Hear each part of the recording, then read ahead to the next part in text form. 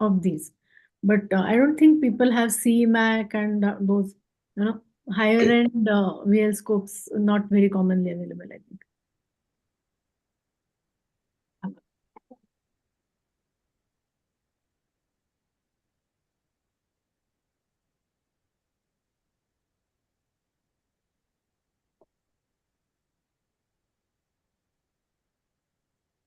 It is 6:31. We can start actually.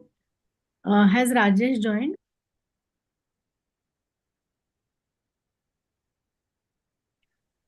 Good evening, everyone. Hi, good evening. Good evening. Good evening. Good evening, sir.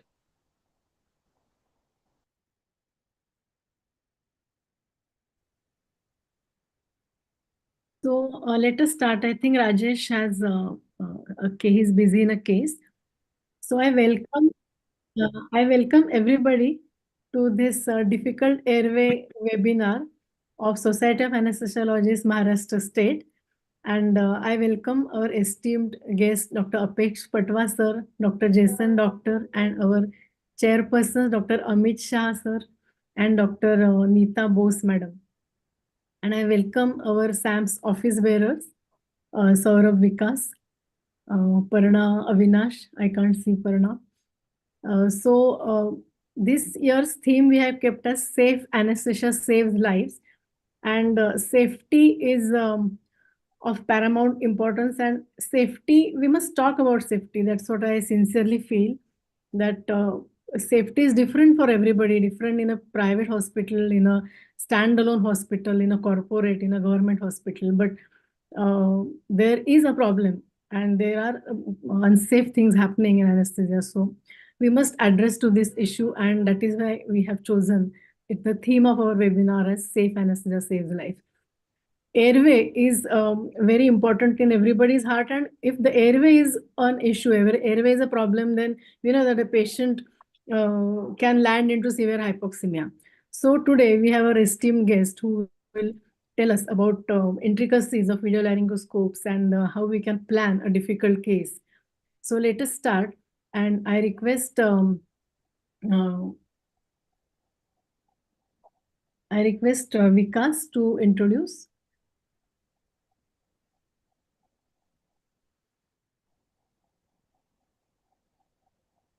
Our first chairperson, Dr. Amit. Good evening, everyone, and welcome to this webinar by SAMS. And it's an honor to have Dr. Amit Shah sir with us. He is a chief consultant anesthesiologist at Kailas Cancer Hospital and Research Center, and he is also director at Vadodara Institute of Neurological Sciences. He is General Secretary of All India Difficult Airway Association, and he also chairs the Training Committee of International Airway Management Society, IAMS, and he is a course director for Fellowship in Advanced and Difficult Airway Management. So welcome, sir, to this webinar, and we look forward to your expert comments and guidance to the issues related to difficult airway. Thank you, SA, the Society of Maharashtra Anesthesiologist, for giving me this opportunity. I look forward to this. Thank you, Office Bearer, for giving me this opportunity. I request Dr. Avinash to please introduce Dr. Neeta Bose, madam. Thank you, Anita. It's my pleasure to introduce our guest speaker, Dr. Neeta Bose, ma'am, who is a professor at GMERS Medical College, Vadodara. She is IRC and AHA and ATLC instructor, NABH assessor. She has also done her MBA from a well-known institute like BITS Pilani. She has 34 publications and she organized various CMEs and conferences. So I welcome Dr. Neeta Bose, ma'am. Thank you, sir. Thank you, sir, for the generous introduction. And I'm looking forward to hear both the great speakers, Dr. Jason as well as Dr. Apesh. It's always a pleasure, and always I gain some knowledge by listening to these well-known speakers. Thank you. Thank you, ma'am, for giving me the opportunity to be here. Thank you. Thank you very much. Anita, ma'am. Sorry, I Over wasn't. to Anita. Yes, yes. Ganesh, please share Dr. Apex Patwa sir's CV. Dr. Apex Patwa, I welcome. He's a chief consultant anesthesiologist at Kailash Cancer Hospital and Research Center, and also at WINS Vadodara Institute of Neurological Sciences. And sir has been very active in All India Difficult Airway Association. He was a past general secretary of IDA, and he has authored quite a few guidelines by IDA, which are published in the IDA journal. And he's a winner of ISA Academic Excellence Award, and he has delivered orations, and he has many book chapters to his credit. So it's always a pleasure to listen to Dr. Apex Patwa. I welcome you, sir. And I request Dr. Saurabh to please introduce Dr. Jason. Thank you, ma'am. Good evening, everyone. Dr. Jason, doctor. He's a professor at Tata Memorial Hospital, Mumbai. A postgraduate teacher. He's a guidelines committee member for drafting AID airway guidelines in 2016. He's also a corresponding author for Pediatric guidelines, editorial board member of 2 journals, IJ and Airway. Presently AIDA National Vice President and executive member of Society of Onco Anesthesia and Perioperative Care. Multiple publications, multiple chapters. Welcome, Dr. Jason, sir. Thank you very much. Now I request Dr. Jason to please start sharing his presentation. Sure. Thank you, madam.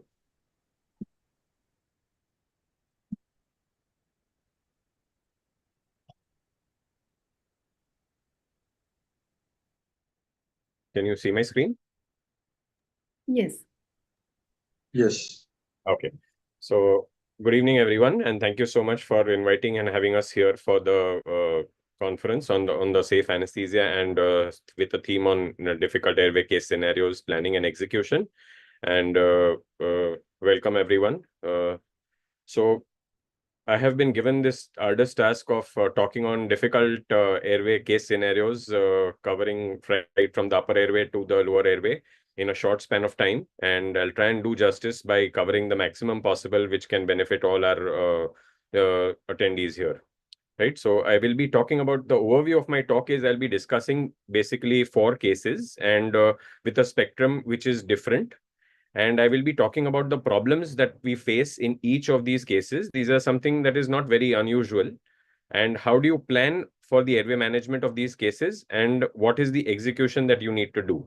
Now, there are 2 different types of cases that you have. You have the anticipated difficult airway and the unanticipated difficult airway. Anticipated difficult airway could either be of the upper airway or the lower airway, where you anticipate either a difficult face mask ventilation, difficult laryngoscopy, difficult intubation, difficult supraglottic airway device placement, difficult surgical airway, and it could be a combination of one or more of these 5 difficulties.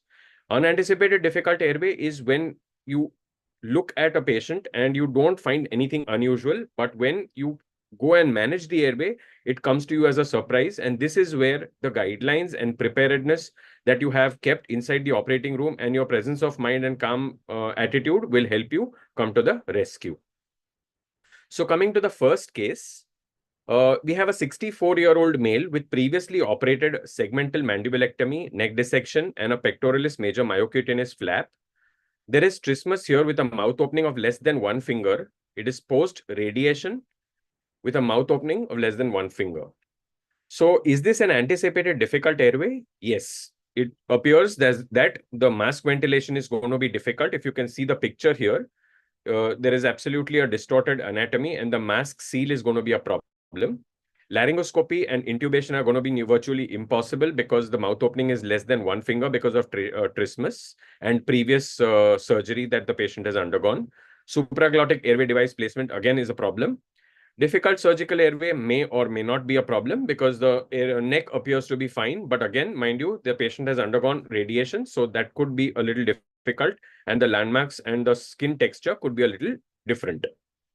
So whenever you deal with an anticipated difficult airway, which is likely to be a difficult laryngoscopy or a difficult face mask ventilation or a difficult supraglottic airway device insertion, or there is a risk of aspiration or rapid desaturation, the ASA algorithm tells you that you need to plan awake airway management for all these strategies. So in our case, coming back to our case, there is difficult laryngoscopy, video laryngoscopy, face mask ventilation, and supraglottic device insertion. That is why we need to plan an awake airway management strategy.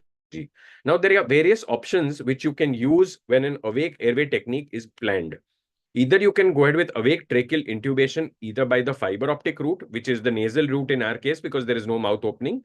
Awake video laryngoscopy is getting much acceptance and is widespread use, so that you prepare the airway in the same fashion that you would for a fiber optic intubation, and you do an awake video laryngoscopy and look at the screen as to what is visible.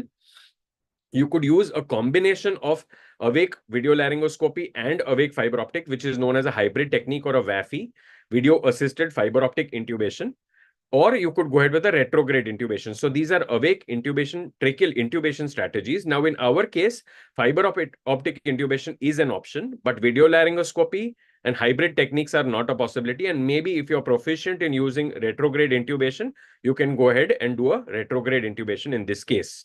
Now, if the situation or the case demands that you need to have an awake tracheostomy as a part of the surgical plan, that can also be discussed with the surgeon, and you can go ahead and plan an awake tracheostomy in case you don't have the facility and the equipment and the expertise to go ahead with a fiber optic intubation or a retrograde intubation. So these are some of the strategies that you can use in these kind of cases. Now, coming to some guidelines and some roadmap as to how you can do this better. The Difficult Airway Society from the UK has published these guidelines on awake tracheal intubation, and it deals with 4 different strategies: sedation, topicalization, oxygenation, and performance. So there is an acronym that is given to this, that is the STOP. Okay. So where you sedate, now sedation, what time and again we are told is never take back anything from the patient which you can't give back to the patient, right? So if you sedate the patient and the patient becomes apneic or stops breathing, you don't want to land in trouble and not be able to secure the airway. So sedation, in my opinion, is a strict no-no unless you are having a plan 2 where you can use maybe remifentanil or dexmedetomidine, where the chances of apnea are minimal and the patient is easily arousable. So that is about sedation. You need another anesthesiologist to take care of the monitoring and prepare these kind of patients. Topicalization is one of the most important things in doing an awake fiber optic intubation. And I will come to the details of topicalization. Oxygenation after the use of Thrive and high frequency nasal cannula oxygenation and auxiliary port oxygen being given. It has become very popular, especially after COVID. And performing, that is how to deal with the ergonomics and how you can plan the airway management strategy much better. So all these components are very well described in those guidelines. Now, coming to the first bit, whenever you deal with an awake fiber optic intubation, counseling and patient preparation is very paramount. It is important to tell the patient that it is in the interest of your safety, that we need to secure your airway awake, and there can be some realistic estimate of the degree of discomfort that the patient will experience. But if you prepare the patient well in advance with counseling and topicalization, the chances of having a successful awake tracheal intubation fiber optically are tremendously high. That helps in better rapport development and winning the confidence and cooperation of the patient. Apart from that, the prerequisites are you should have all the monitoring devices and IV cannula in place before you begin topicalization, oxygen supplementation, resuscitation equipment. Needless to say that you need to have another qualified anesthesiologist inside the OR to monitor this patient and to help you out with any troubleshoots or administering any medications. Antisyllagogues, we often give glycopyrrolate to dry the secretions. This helps in 2 ways. By making the airway dry, it improves the visibility through the fiber optic or the fiberless video endoscope, which is used commonly nowadays. And it reduces the secretions and improves the vision. And secondly, it helps in reducing the dilution of the local anesthetic and the topical local anesthesia that has been given to prepare the airway, so that it doesn't get washed away, and it helps in better compliance, patient compliance. Vasoconstrictors, we often use xylometazoline or nasal drops, which are helpful in reducing the vascularity of the turbinates and making the field a little more bloodless. Now, when you are dealing with an awake fiber optic intubation, you need to anesthetize the nasal cavity, the nasopharynx, the oropharynx, and the larynx. These are the three different aspects of the airway that you need to topicalize and take care of to have better success at awake tracheal intubation. Now, the nasal cavity is supplied by the trigeminal nerve, and there are various strategies that are described. Either you could use a swab stick, or we commonly use lignocaine jelly, 2%, and a judicious amount of lignocaine jelly, and ask the patient to inhale the jelly through the nostril and breathe out through the mouth so that it doesn't come out and it spreads right up to the posterior nasopharynx. You can use some of these Teleflex atomizer devices that have been devised in the market. And again, last but not the least, any nebulization of with lignocaine will help in topicalization of the nasal cavity.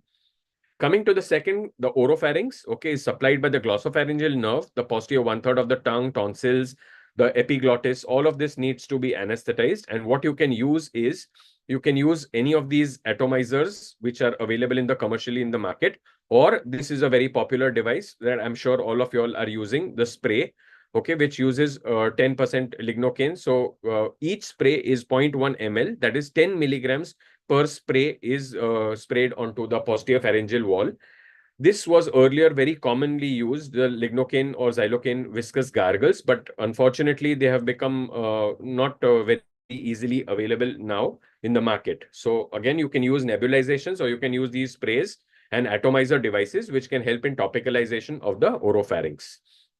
Coming to the last bit, the larynx is supplied by the recurrent laryngeal and the superior laryngeal nerves. Above the vocal cords, it is the internal laryngeal nerve, and below the vocal cords, it's the recurrent laryngeal nerve.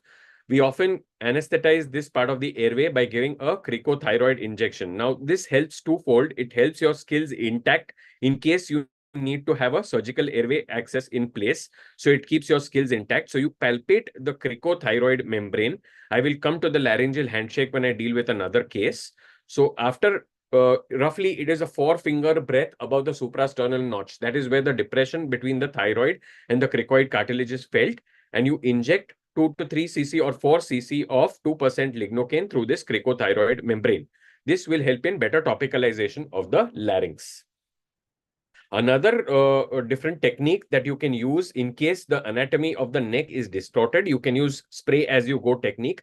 That is through the working channel of this video endoscope or the fiber optic scope. You can spray lignocaine as we go, and this helps in better topicalization when you are doing a fiber optic intubation. Again, we can use nebulization. So the advantage of doing this nebulization is you can topicalize the nasopharynx, the oropharynx, and the larynx when these mist is delivered. So it provides good anesthesia of all the 3 cavities and goes right up to the trachea. So these are the topicalizations. Now, there has been a revolution in when we were residents or very earlier on, we have always dealt with fiber optic scopes, which had these glass fibers, and they used to be locked in the head of department or the senior most person's cabin, because they have these glass fibers and they are likely to get broken if you don't handle them correctly, and you have these black spots, and they are frightfully expensive. They used to be frightfully expensive, and the repairs used to cost a bomb.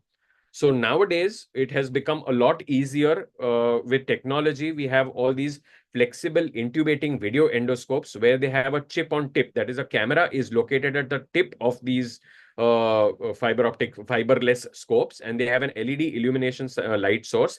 This is connected to a monitor. Earlier, they used to be, you have to visualize through the eyepiece, but now you can see it on the screen, and there is no tunnel vision, and it has a working channel. And the advantage is, through this screen, a colleague can also help you and guide you by looking at this screen. So when you do a fiber optic, after topicalization, giving the anti-silagogues, counseling the patient, when you actually go and perform this, what does the anatomy looks like? So this is the nasopharynx, where you have the inferior and the middle turbinate, and it is a good practice to stick between the floor of the nose and the inferior turbinate, or between the middle and the inferior turbinate. That is where your fiber optic scope should be lodged, because that is the widest area And that is the place where your intubation will be successful because you're not likely to cause trauma to any of these turbinates. Okay. So that is about the nasopharynx. So this is what it looks like. You have the nasal floor, the septum, and the inferior turbinate. And this is the target area where you should be targeting for keeping your fiber optic scope and passing your endotracheal tube over it. Entry into the oropharynx. Once you cross the nasopharynx and you move the bevel of the flexible scope to look towards the larynx, you will look at the uvula and the base of the tongue. And this is what it will look like. And then when you move ahead, this is what you should be seeing. So if you're finding it difficult, if there's a Ryle's tube in place in patients, you can follow the Ryle's tube, or you can help, improve the success by any of these maneuvers, which may be helpful. So you can ask the patient to protrude the tongue or phonate and see for any movement there. You can ask your assistant to give a little gentle jaw thrust, or you can change the direction of the scope tip using the liver. And this is what you should be seeing. You should be seeing the epiglottis, the vallicula, the vocal cords, and the arytenoids. This is what the ideal vision should be like. You can either spray the vocal cords again through the working channel here and gradually advance your scope, keeping the scope in the center. So if at any point of time, if you see whiteout, that is secretions, you can ask the person to swallow, or you can use an oral suction or a nasal suction or the suction through the fiber optic scope to suck out the secretions. And if you see a blur or a red blush, then you have to withdraw the scope because you could be touching mucosa and you don't want to cause trauma. So you can withdraw the scope a little bit and improve the vision of the airway. So this is what you, after entering the vocal cords, this is the vision that you should be seeing. You should be seeing the tracheal rings. Once you advance, you should be seeing the carina, and the posteriorly, the longitudinal muscle on either side should be visible. So this is the ideal view that you should aim for to get when you do awake video endoscopic intubation. Now, very often it is described that you can look at the carina, but it is difficult to railroad an endotracheal tube over this. That is why this hybrid technique has come into vogue, where you have a video laryngoscope, because the entry of the endotracheal tube into the glottis is technically a blind procedure. You can't see it entering the glottis. And the common site where you find resistance is the arytenoid holdup. You see the tip of the endotracheal tube getting held up at the arytenoids. And the maneuvers that are described to avoid this are, you could use the correct size scope and endotracheal tube so that the disparity between the diameters of the scope and the endotracheal tube are minimized. You could use rotation of the tube gently so that the arytenoid holdup is avoided. And there are these special tubes known as the Parker flex tubes, which have this beak kind of tip that slides over the arytenoid and prevents this arytenoid holdup. So these are the pearls to succeed with a awake tracheal intubation. And that is the case that we had. So this was all about awake fiber optic intubation for you. We're moving on to the second case, okay, that we have a 55-year-old female patient with a huge thyroid mass that you can see here, with complaints of lying, difficulty in lying supine. The CT scan that was done showed mid-tracheal compression with intrathoracic extension. And this patient was posted for a thyroidectomy with excision of the intrathoracic mass with a sternotomy. So what is the clinical presentation that a patient presented with? There is cough, stridor, dyspnea, inability to tolerate the supine position, and the patient is more comfortable in sitting or leaning forward position. Again, if there is symptoms of compression in addition to the airway of the heart and great vessels, there could be edema, engorgement of the veins, and that could lead to an SVC kind of syndrome with venous engorgement of the upper airway and of the upper torso of the body. So that, again, when you anesthetize such patients, they can compress the great vessels and can cause sudden cardiac dysfunction and problems. So what is this an anticipated, coming to the three components, the problems, the planning, and the execution. So what are the problems? Is this an anticipated difficult airway? Yes. Is there a difficult face mask ventilation? Doesn't appear to be from the upper airway, but yes, there is a big neck mass. So again, if there is distal compression of the airway, you may not be able to ventilate these patients. Is there a difficulty in laryngoscopy and intubation? Laryngoscopy, yes, it is very easy because the upper airway is not a problem, but there is a neck mass. which could be compressing the airway. And from the CT scan, which I will show you, there is a problem of the distal airway compression. So yes, intubation is difficult. Supraglottic airway placement may not be so much of a concern because the mouth opening is okay. But again, there is a neck mass, so there is distal airway obstruction. And difficult surgical airway, yes, obviously, you will not be able to secure the airway with an emergency surgical airway or a tracheostomy. So what are the difficulties in anesthetizing cases like this? That they are unable to lie down supine, and a propped up position is needed for such patients. Patients with anterior mediastinal mass can develop major airway obstruction because of the distal airway compression. And if there is compression of the major vessels and the heart under general anesthesia, there can be sudden cardiovascular collapse. So radiological evaluation, you will look at the X-ray and the CT scan, and what you will appreciate is you can see deviation and tracheal compression in these kind of masses. Again, when you look at the CT scan, there is a compression in the reduction in the diameter and the cross-sectional area of the trachea, the mediastinal mass to thorax ratio, and these are ratios that can help you by looking at the scans preoperatively. So this was the CT that you can appreciate that there is tracheal deviation, compression, and it is extending right into the thorax with a thoracic mass and distal airway compression. So although laryngoscopy may be easy, you may not be able to pass a endotracheal tube beyond the vocal cords because there is distal airway compression, and that just worsens when you put the patient to sleep, because anyways the patient can't lie down because of this mass mechanically obstructing the airway, and because of gravitational pressure of the mass on the airway, it compresses it even further.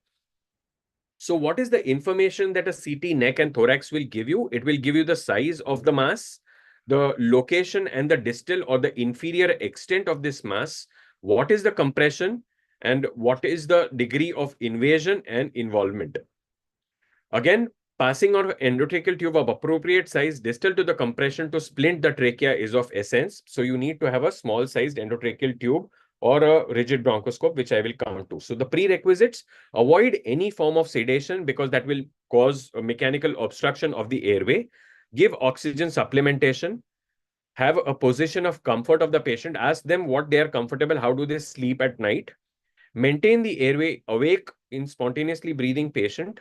Induction of anesthesia should be done only with something which is not likely to cause apnea on an adjustable surgical table.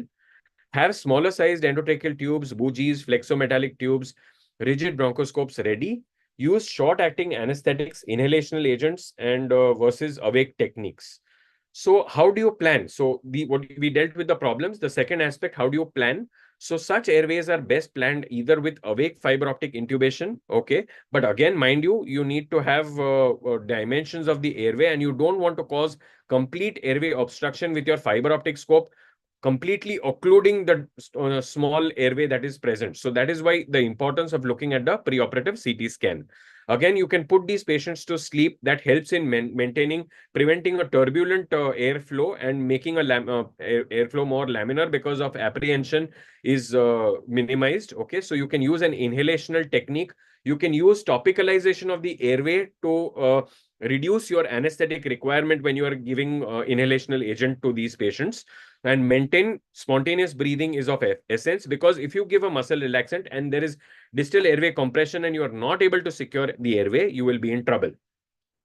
Again, having a rigid bronchoscope with a side ventilating port is important, which I will show you in the next couple of slides. And again, if there is a huge mass extending right up to the carina, you may not be able to secure the airway. So these patients need to be planned in an area where a provision for an awake cannulation and a femoral CP bypass is available, or an interventional radiology guided tracheal stenting is available in these patients. So execution of the airway plan, you can use an awake fiberoptic intubation, okay, with a patient sitting like this and with a flexometallic tube railroaded over the fiberoptic scope. Again, like I told you, you have to be careful of this cork in the bottle effect. If you have a narrow airway and your fiber optic scope is completely going to occlude that, you will have complete airway obstruction and you're going to lose the compliance of this patient. So that is why it is important that you be careful of this. Again, this is what the importance of a flexometallic tube is, because they are wire reinforced. They will prevent compression and kinking of this tube by the huge thyroid mass. You see a regular PVC tube versus a flexometallic tube. The flexometallic tube is resistant to kinking and compression. Okay, that they splint the airway. But having a right-sized flexometallic tube is again important. You can put these patients to sleep with inhalational induction and topicalization of airway and have a quick look and maybe secure the airway under inhalational anesthetic without muscle relaxant. That's the other technique.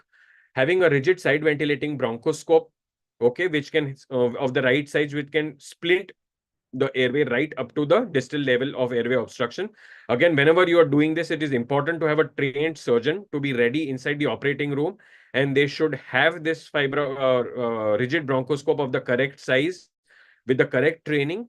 And you should check the compatibility of this side ventilating port with your anesthesia breathing circuit so that they can occlude the working channel and you can oxygenate this patient through this side ventilating port. So all this needs to be checked and confirmed beforehand before putting the patient to sleep or before beginning the procedure. What are the other strategies to manage these patients with intraoperative acute airway obstruction? You can change the position of the patient to either sitting, lateral, prone, or the position of comfort under anesthesia so that the mass moves away from the airway. You can use a direct laryngoscope to lift the tongue and the neck structures away to make the trachea taut so that to relieve the obstruction. You can use a rigid bronchoscope to splint the trachea. An emergency sternotomy or a thoracotomy can be done to lift the mass mechanically away from the airway, and instituting femoral CP bypass in institutes or in cases which are absolutely where the airway is reduced to a chink. So these are some of the strategies. Coming to the third case, we have a 10-year-old boy with history of 2 years burns 2 years or 3 years ago with post-burst contracture. For post-burst contracture release and skin grafting, how will you proceed with the anesthetic management? So what are the problems that you are dealing with over here? We are having an anticipated difficult airway. Yes. There is difficult face mask ventilation. Maybe. There is difficult laryngoscopy, intubation, supraglottic airway device may be difficult, and difficult surgical airway, yes, there is a problem with the neck here. So again, here we will deal with the awake airway management strategies. And the options here are either you can do an awake flexible bronchoscope guided intubation, but again, this is a 10-year-old child, so compliance could be a problem. You can do an awake video laryngoscopic intubation.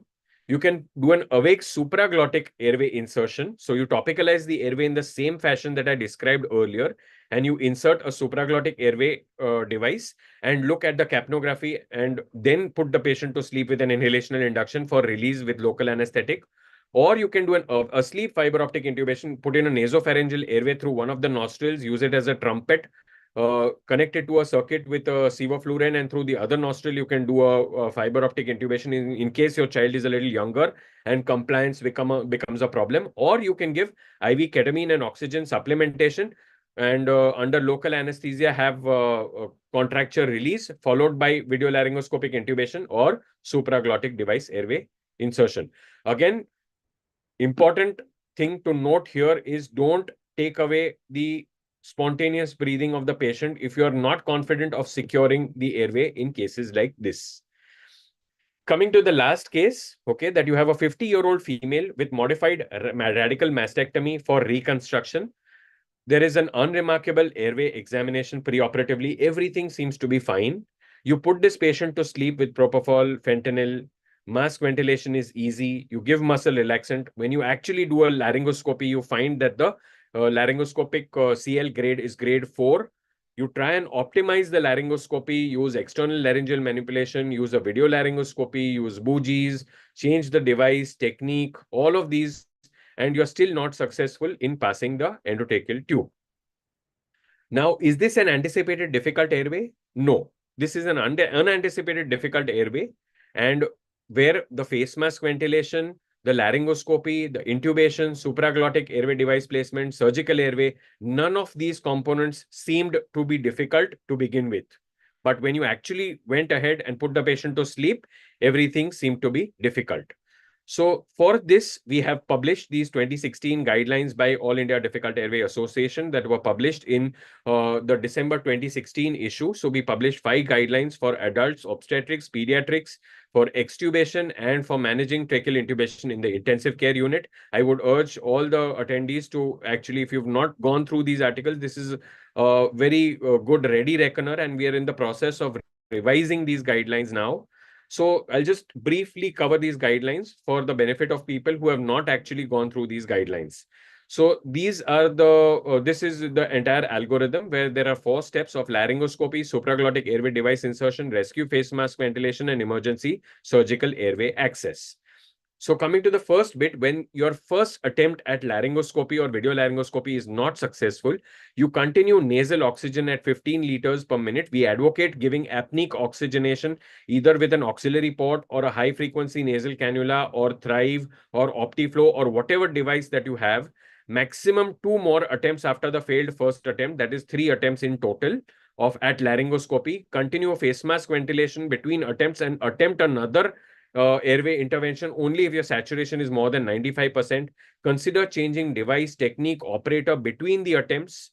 Use external laryngeal manipulation, cricoid pressure, bougie, stillet in case it is difficult to visualize the glottis.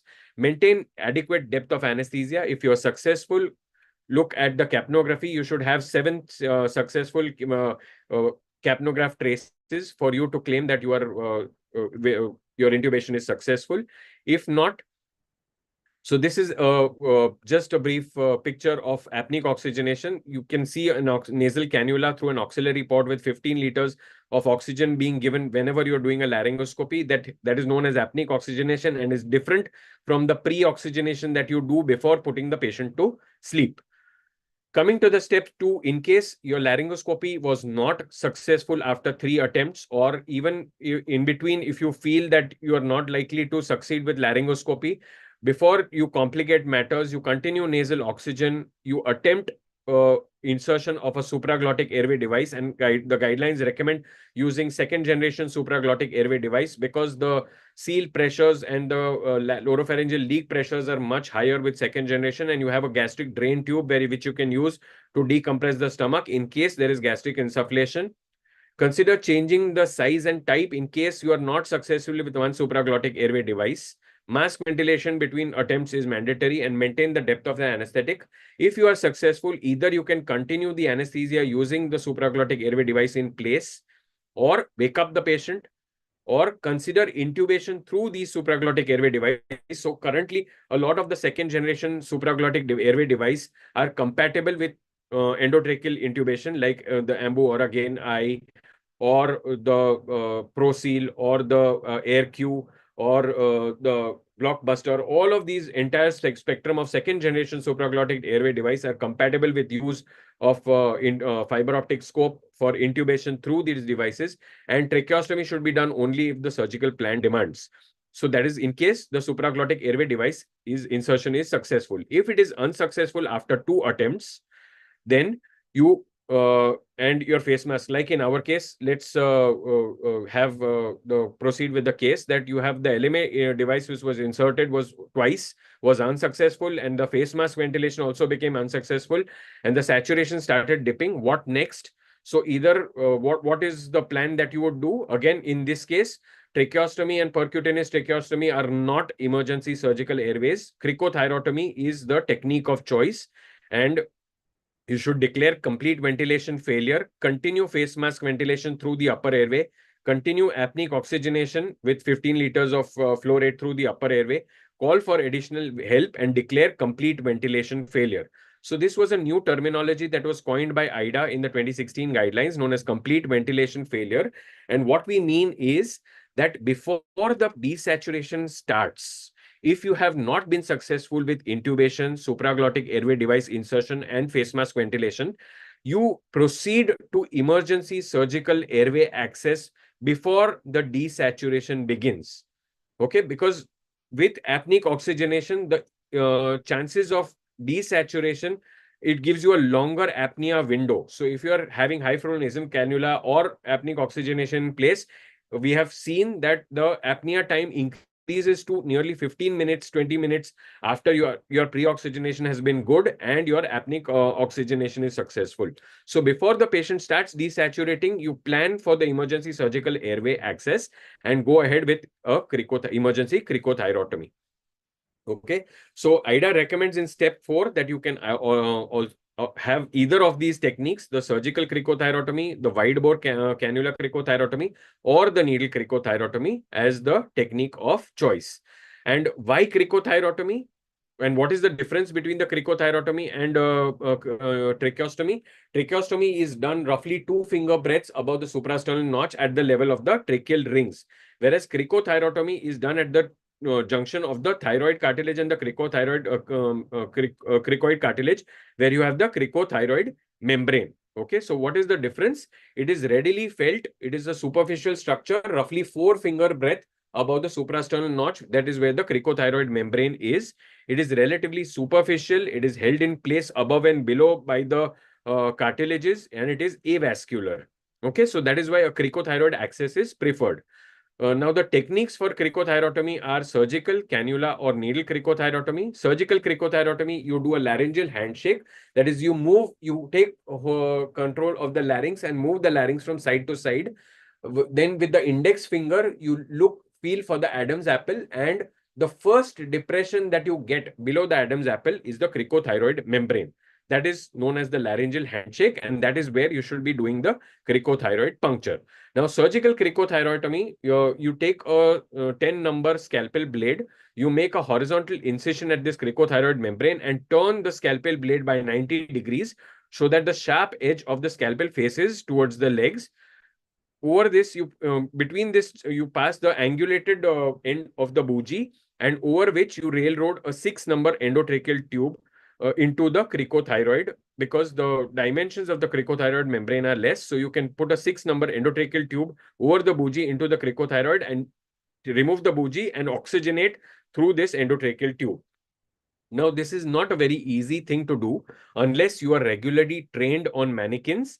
That is why I insisted that when you are doing an awake fiber optic intubation, make it a habit of palpating the cricothyroid membrane and giving transtracheal or cricothyroid local anesthetic. So that keeps your skills intact of palpating the cricothyroid membrane and identifying and making an incision on the cricothyroid membrane. So this was surgical cricothyrotomy. Now, cannula cricothyrotomy, there are various commercial sets that are available in the market. Again, the problem with these is you should be proficient with the use of these sets on a regular basis on mannequins, and you should not be doing it for the first time in an emergency situation. So this is another set, which is a Seldinger technique, and the advantage of this cannula cricothyrotomy is that it has a wider bore cannula. It has a 15mm universal connector which can fit the anesthesia breathing circuit. It has a cuffed tube and it does not need jet ventilation. You can use your regular anesthesia breathing circuit to oxygenate these patients. It has better expiration, less barotrauma, and a smaller incision as compared to a surgical cricothyrotomy or a surgical tracheostomy. And it can be used for a slightly longer time as compared to a needle cricothyrotomy. So you can oxygenate using a regular conventional anesthesia breathing circuit. Coming to the needle cricothyrotomy, there are specialized needles which are non-kinkable, known as the cric-cath and the Rabusin needle, which have the cannula, which is non-kinkable and does not get pinched in the subcutaneous tissue. But the problem is that they are expensive and they need jet ventilation devices for oxygenation through these needles. Okay, so again, there is a chance of barotrauma happening when you are not giving the jet ventilation correctly. So there are Sanders and the Manujet, which has been used, and now Ventrain is the newer device which is gaining popularity for using through these needle cricothyrotomies. And they are pressure regulating devices where you begin with the lowest pressure of 1 bar and gradually increase the pressure. And you should be able to see a visible chest rise for oxygenation through these needle cricothyrotomy. The upper airway has to be patent for expiration to take place. Otherwise, there can be barotrauma. And the inspiration has to be given over 1 second and expiration has to be given over 4 seconds. Again, the cannula has to be in the correct place. Otherwise, there are chances of having a subcutaneous emphysema, a pneumothorax, or a pneumomediastinum. That is why you need to be careful that you confirm the free flow of air when you are putting the needle. So key points for transtracheal jet ventilation is capnography cannot be utilized. You have to keep the upper airway patent for allowing expiration to occur through the upper airway with head tilt, chin lift, jaw thrust. Ensure that the cannula is inside the trachea by confirming free aspiration of air. If it is in a wrong space and you give jet ventilation, you are going to make matters even more difficult. Regulate the inlet pressure. Allow sufficient time for expiration to occur. So one burst of inspiration over 1 second and 4 seconds of expiration through the upper airway. Monitor chest rise and fall with each breath, and use a second decompressing needle of the upper airway is not patent. So these are some of the emergency surgical airway techniques that are described, and you need to be proficient to prevent hypoxic brain injury to the patient in case you are not able to successfully secure the airway by other techniques. Thank you very much. And I think we'll open for questions. Thank you, Dr. Jason, for that fast train of rapid fire. Rapid fire of 4 difficult intubation cases. Really excellent presentation. Fantastic. Fantastic. And Jason is the right person to ask questions, so we'll start us shooting questions. So there is a question, Jason, if there is a bilateral TM joint ankylosis in a pediatric patient, then how would you go ahead in a resource limited condition, like you don't have everything, you don't have pediatric fiber optic and etc. So my question to the person who's asked this question is the person who is going to cause the TM joint ankylosis really qualified enough to maintain a pediatric tracheostomy in a resource-limited setting? Ideally speaking, you should put these patients to sleep only in case you are able to secure the airway. So maybe you can hold a mask with sevoflurane and use a nasopharyngeal airway like a trumpet. Okay, and maybe the surgeon can go ahead and do a tracheostomy. If the tracheostomy is not an option, then so we do these cases routinely of difficult airway, where you have a nasopharyngeal airway in one of the nostrils, you connect it to the anesthesia breathing circuit and use it like a nasal trumpet. You continue sevoflurane anesthetic. Again, without saying, all difficult airways have to have an IV access in place beforehand. Whether it is a pediatric patient or an adult patient, you don't want to deal with two problems simultaneously of not having an IV and putting the patient to sleep. So especially in pediatrics, in adults, it's not a problem. You can definitely counsel the patient and secure an IV access. But in pediatrics, you have a crying child, a cranky child, and they will not allow you an IV access. So people often get that confidence that we'll put the patient to sleep with sevoflurane and secure the IV access. So that is not what you should be aiming at when you are dealing with a difficult airway. So you put EMLA cream, secure the IV access, and then take the patient to the operating room. Parental presence in the operating room is quite helpful because the child will not have a turbulent airflow, will not be crying. They will be within the comforts of their parents' laps. Okay, then you put the patient to sleep with an inhalational induction, not lose spontaneous breathing. Put in a nasopharyngeal airway, use it as a trumpet, connect it to the circuit, and through the other nostril, you can use a fiber optic scope and railroad and endotracheal tube. That is what we practice. If you do not have a pediatric scope, I would urge you to refer the patient to a higher setting, which has the provision of doing all this. And in case that is not an option, counsel the parents and the surgeon for a pediatric tracheostomy beforehand, rather than landing up into a problem. Excellent. Because you can't take such things lightly in a pediatric patient with bilateral TMJ. Can't do heroic things.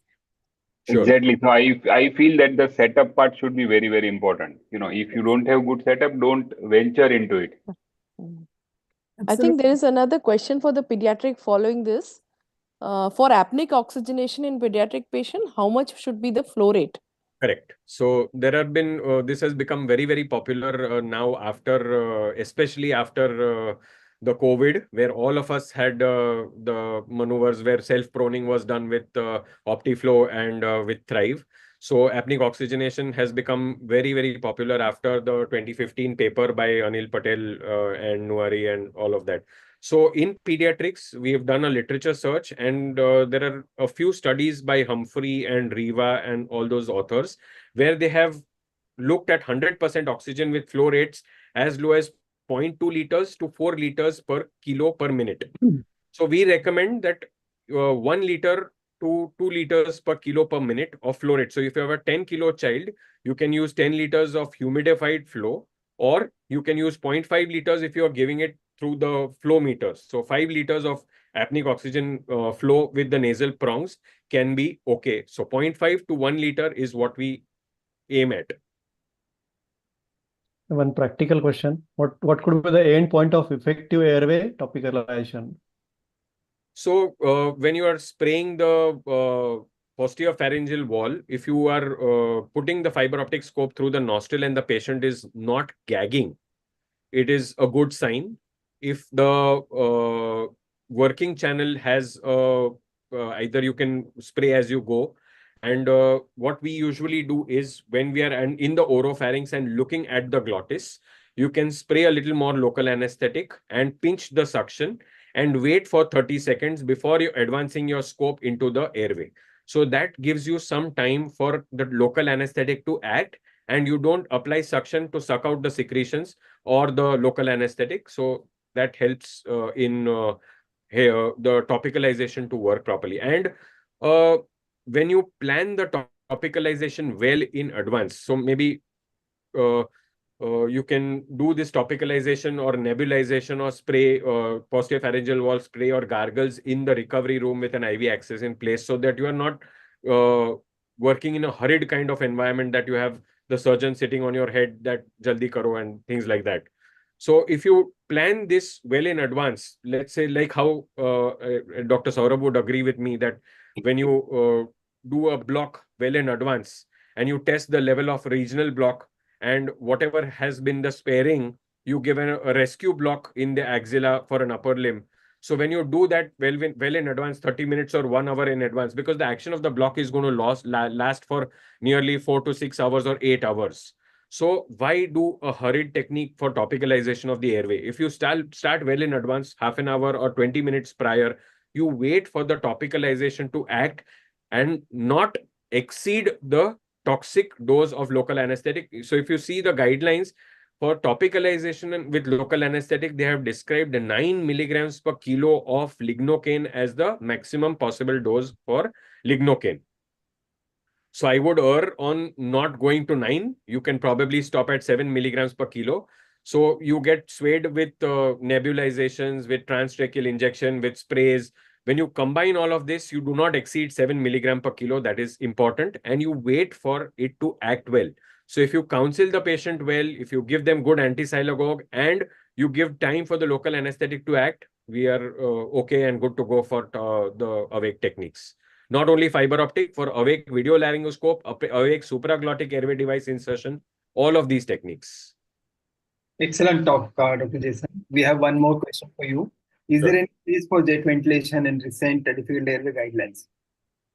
Yes. So people often ask that when I have never done slashing of the neck with a scalpel and a bougie, are you really keen on doing that in an emergency situation when my saturation is going dope and 88 and 85?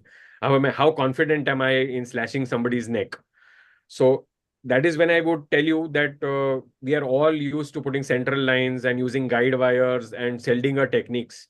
So that is where if you are aiming at a cannula cricothyrotomy or a needle cricothyrotomy and using jet ventilation, make sure that you have the right device. So Ventrain has come up in a big way. Manujet has come up in a big way. So your sole aim of doing emergency surgical airway access is to prevent hypoxia and hypoxic brain injury. You are not going to proceed with an anesthetic with that. The only aim of doing that surgical technique or needle cricothyrotomy is to be able to give oxygenation and wait for the patient to wake up.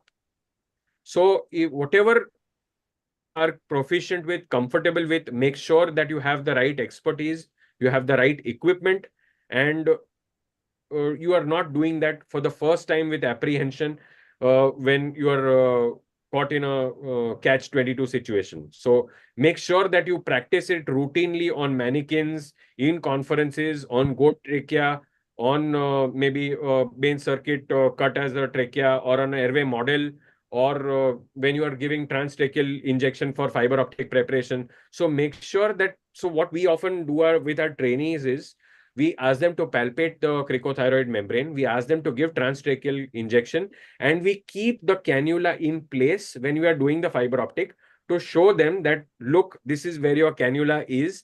When you are doing the fiber optic, you can actually see the cannula inside the airway with the fiber optic scope. So that's a good training practice. Transtracheal you give with the cannula, that means Cannula. the intravenous cannula. Intravenous cannula. So with a 22 gauge or a 20 gauge cannula, so you put the needle there, you look at the air aspiration in a local anesthetic filled syringe, you remove the stillet, you keep the cannula in place, you reconfirm aspiration of air, and you inject local anesthetic, and you keep the cannula there. Yes. Another thing, it was 4 ml, in your presentation, 4 ml of 2% lignocaine, Yes. plain or with adrenaline? No, plain. Plain. So this 80 milligrams. So much Loxicard. you give Loxicard. transtracheal. Loxicard. Okay. Otherwise it will not topicalize the airway completely. If you give too less the volume, it will not lead to spread. So as soon as you inject the local anesthetic, the patient is going to cough. When the patients cough, that entire local anesthetic will spread all over the airway, right from the vocal cords to the carina. And that will lead to successful tracheal intubation and railroading of the endotracheal tube over the fiber optic scope. It is not only passing the fiber optic scope. The patient should also not cough when you are railroading the endotracheal tube. If you have the fiber optic scope in the airway, and when you are railroading the endotracheal tube, the patient is continuously going to have a bout of coughing, you are not going to be able to successfully put the tube. So that is why you need good topicalization and good judicious amount of local anesthetic. Yes. Dr. Amit, sir. Yeah, Jason, before You're on mute. You are muted. Yeah, Jason, before we let you go, Sure. yeah, you have already mentioned the vein train, because we see that there are 2 cases where vein train would have really good role. Though right now it's a new device, but in future things would be different. Like case 2 where there was an obstruction, and case 2 where there is complete ventilation failure was there. So can you elaborate a little bit for everyone, what is a vein train and how does it work? So Ventrain is a device that is recently come into the market. Okay, so that has a component. So if you, I'm not marketing, there is no disclosure, and I'm not advertising or talking on behalf of any company. This is just a new device that is available in the market, which I would make everybody, since I was asked. Okay, so there is a couple of devices that they market. That there is a Ventrain, there is a Crick Cath, which is a non-kinkable cannula, and there is something called as a tri-tube, which is works for airways which are very narrow. So the tri-tube is nothing but a long tube with a narrow bore, which can be negotiated, which has a cuff at the end, and which has a manometer to record the distal airway pressure, because you want to have, when you are ventilating through a narrow bore, there is a chance of volutrauma and barotrauma happening. So you can actually record the distal airway pressure, you can inflate the cuff, and you can oxygenate through this ventilating port of the tri-tube, or the Crick Cath for the cricothyrotomy. And it has an inspiration and an expiration. So you keep a flow rate of 10 to 15 liters through the auxiliary port on the wall unit. And it has 2 orifices. So when you occlude both the orifices, that is when inspiration will happen. And when you let go of the expiratory orifice, the expiration will happen through the... So they say that it is not passive expiration, it is active expiration, because it works on this Bernoulli's phenomena. So whenever a high velocity jet of air passes through a narrow orifice, it entrains. So when you open the expiratory port, because of the high velocity jet, it will also take away the ventilation from the lung and help in active expiration as well.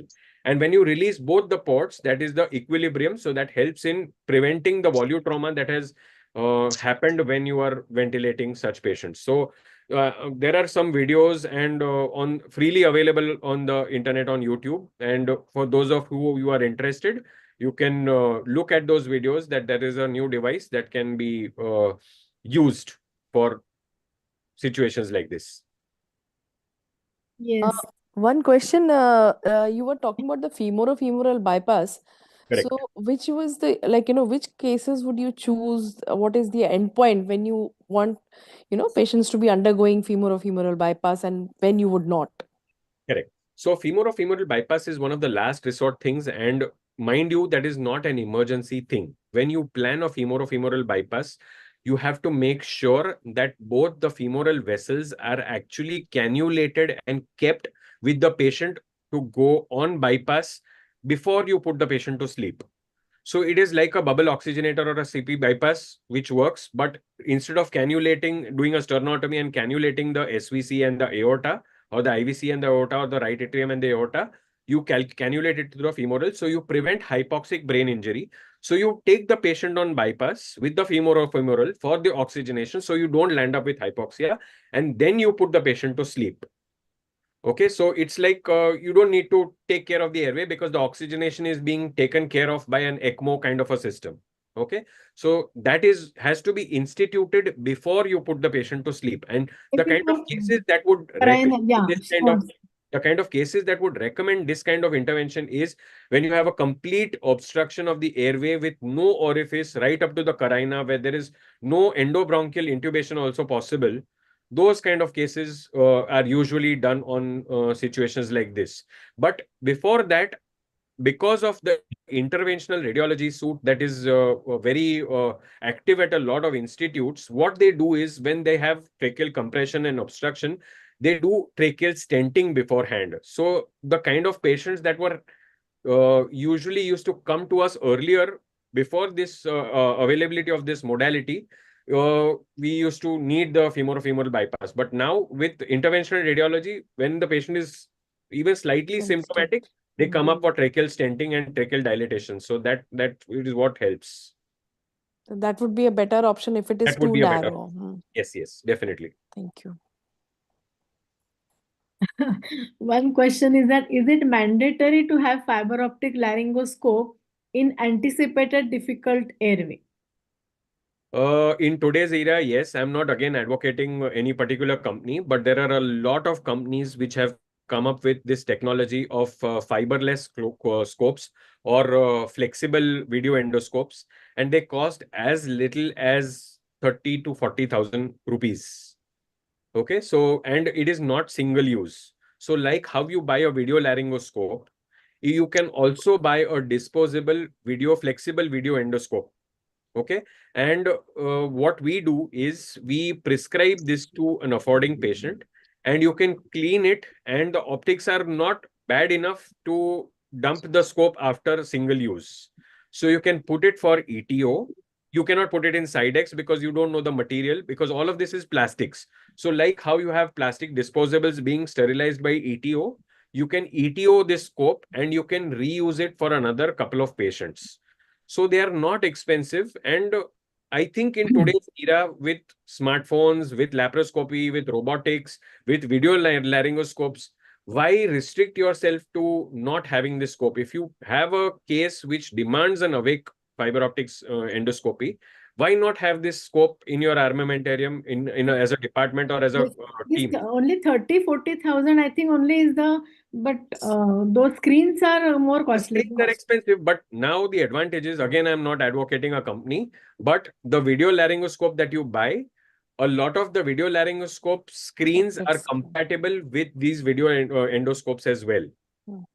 Okay, so there are different companies which have a screen which is common for the video laryngoscope and the video endoscope both. The screens are separate. The screens are separate in that. Yeah. Even there are apps you can use it in your mobile also. Yes. So they are in between. There was a thing that you can have an industrial boroscope and you can connect it to a regular laryngoscope blade and convert that into a video laryngoscope. And the other end of it has a C port or USB port which can be connected to a screen or a mobile phone for such devices. So these are all jugards that Indians have devised. But is the video quality as good as our? No, video quality will not be as good, but at least something is better than nothing. Is there a difference in maneuverability of these scopes, the nasal scopes, fiber optic and non-fiber? Will not have the lever and no. Yes. So the marketed ones which are by the company, they have a flexible lever, they have a working channel, they have everything that is there in a regular scope. The advantage is there is no glass fibers inside, so there is nothing to break. The only thing that the optics can get spoiled because the camera gets broken or damaged, or the LED source gets damaged. So those are the only two things that can actually go wrong. Yes. One question was that which is the video wireless, laryngoscope you advocate? Yes, Avinash only was asking. The and good there are video also wireless fiberoptic bronchoscopes are there now. Fiberless, yeah. So flexible video endoscopes, they are called. So a lot of companies are manufacturing, including a lot of Indian ones as well. Yes. So which one video laryngoscope? There is no answer to that because it depends on your budget. If your budget is 5,000 rupees, then you can go with something like AirTrack or something like that. And if your budget is few lakhs, then you can go with CMAC and our own Dr. Amit Shah and Dr. Apex Patwa have devised, although it's not yet open to marketing. But there are a lot of at least 2 or 3 dozen video laryngoscopes that are available. But the important point here is don't use a laryngoscope for the first time in an emergency situation in a difficult airway. Whatever you want, you have it in your armamentarium. You routinely do it on normal airways. Get used to the hand-eye coordination. Get used to the learning curve of a video laryngoscope, because if you are proficient in a direct laryngoscopy, that need not translate into proficiency in video laryngoscopy. Okay, there are two different skill sets. You have to train in a particular video laryngoscope, be proficient in the use, and only then you are okay to use it in an emergency situation. That is what is important. Yes. Any comments from Dr. Amit Shah, sir? Excellent lecture. Very good coverage of, most different types of difficult airway. Very well covered, as so many delegates have also mentioned. Rapid fire, it was really rapid fire, and you covered everything from, I'm sorry, a little fast, but then the No, spectrum. but then you have to cover it, and you covered it well. Thank you very much. It was a wonderful, fantastic presentation. Thank you, Sir, sir. can you have video YouTube for this webinar? Yes, it is. It will be there, ma'am. I'll share. Okay. It will be available. Any comment from Neeta Bose, ma'am? I think, thank you, Dr. Jason. I think these are the types of cases which will be the extremes in the difficult airway, but we can correlate. Like if there is something talked about the management here, it can be correlatable and we can take the similar precautions, So I think it's really very helpful to all the delegates. Thank you. Thank you. Thank you very much for the opportunity, and thank you, everyone. Thank you, Dr. Amit, Dr. Neeta, Anita, Madam, Vikas. Thank you, all the office bearers. Thank you, Jason. And we have another. Can you just name those devices, new devices which we will be able to see on the video of the on the YouTube? Ventrain, Ventrain, and Tritube, TRITUBE, Tritube and Ventrain. Okay. The Tritube is actually supplied with the Ventrain. Okay. So you And can look at Ventrain. What was the Ventrain. third device you said about? The crick-cath. The crick-cath is the Radisson needle, or the emergency surgical airway needle that is there with the Ventrain. That is the non-kinkable needle. So if you ask for the Ventrain, these three things come in combination or as one. You can either buy them separately or as a combination device. Okay. So Thank you, crick-cath, sir. Ventrain, and Tritube. Yeah. Okay. Thank you. Thank you. Sure. So let us move ahead. We have another very good lecture. And I request Dr. Apex Patwa, sir, to please start sharing his presentation.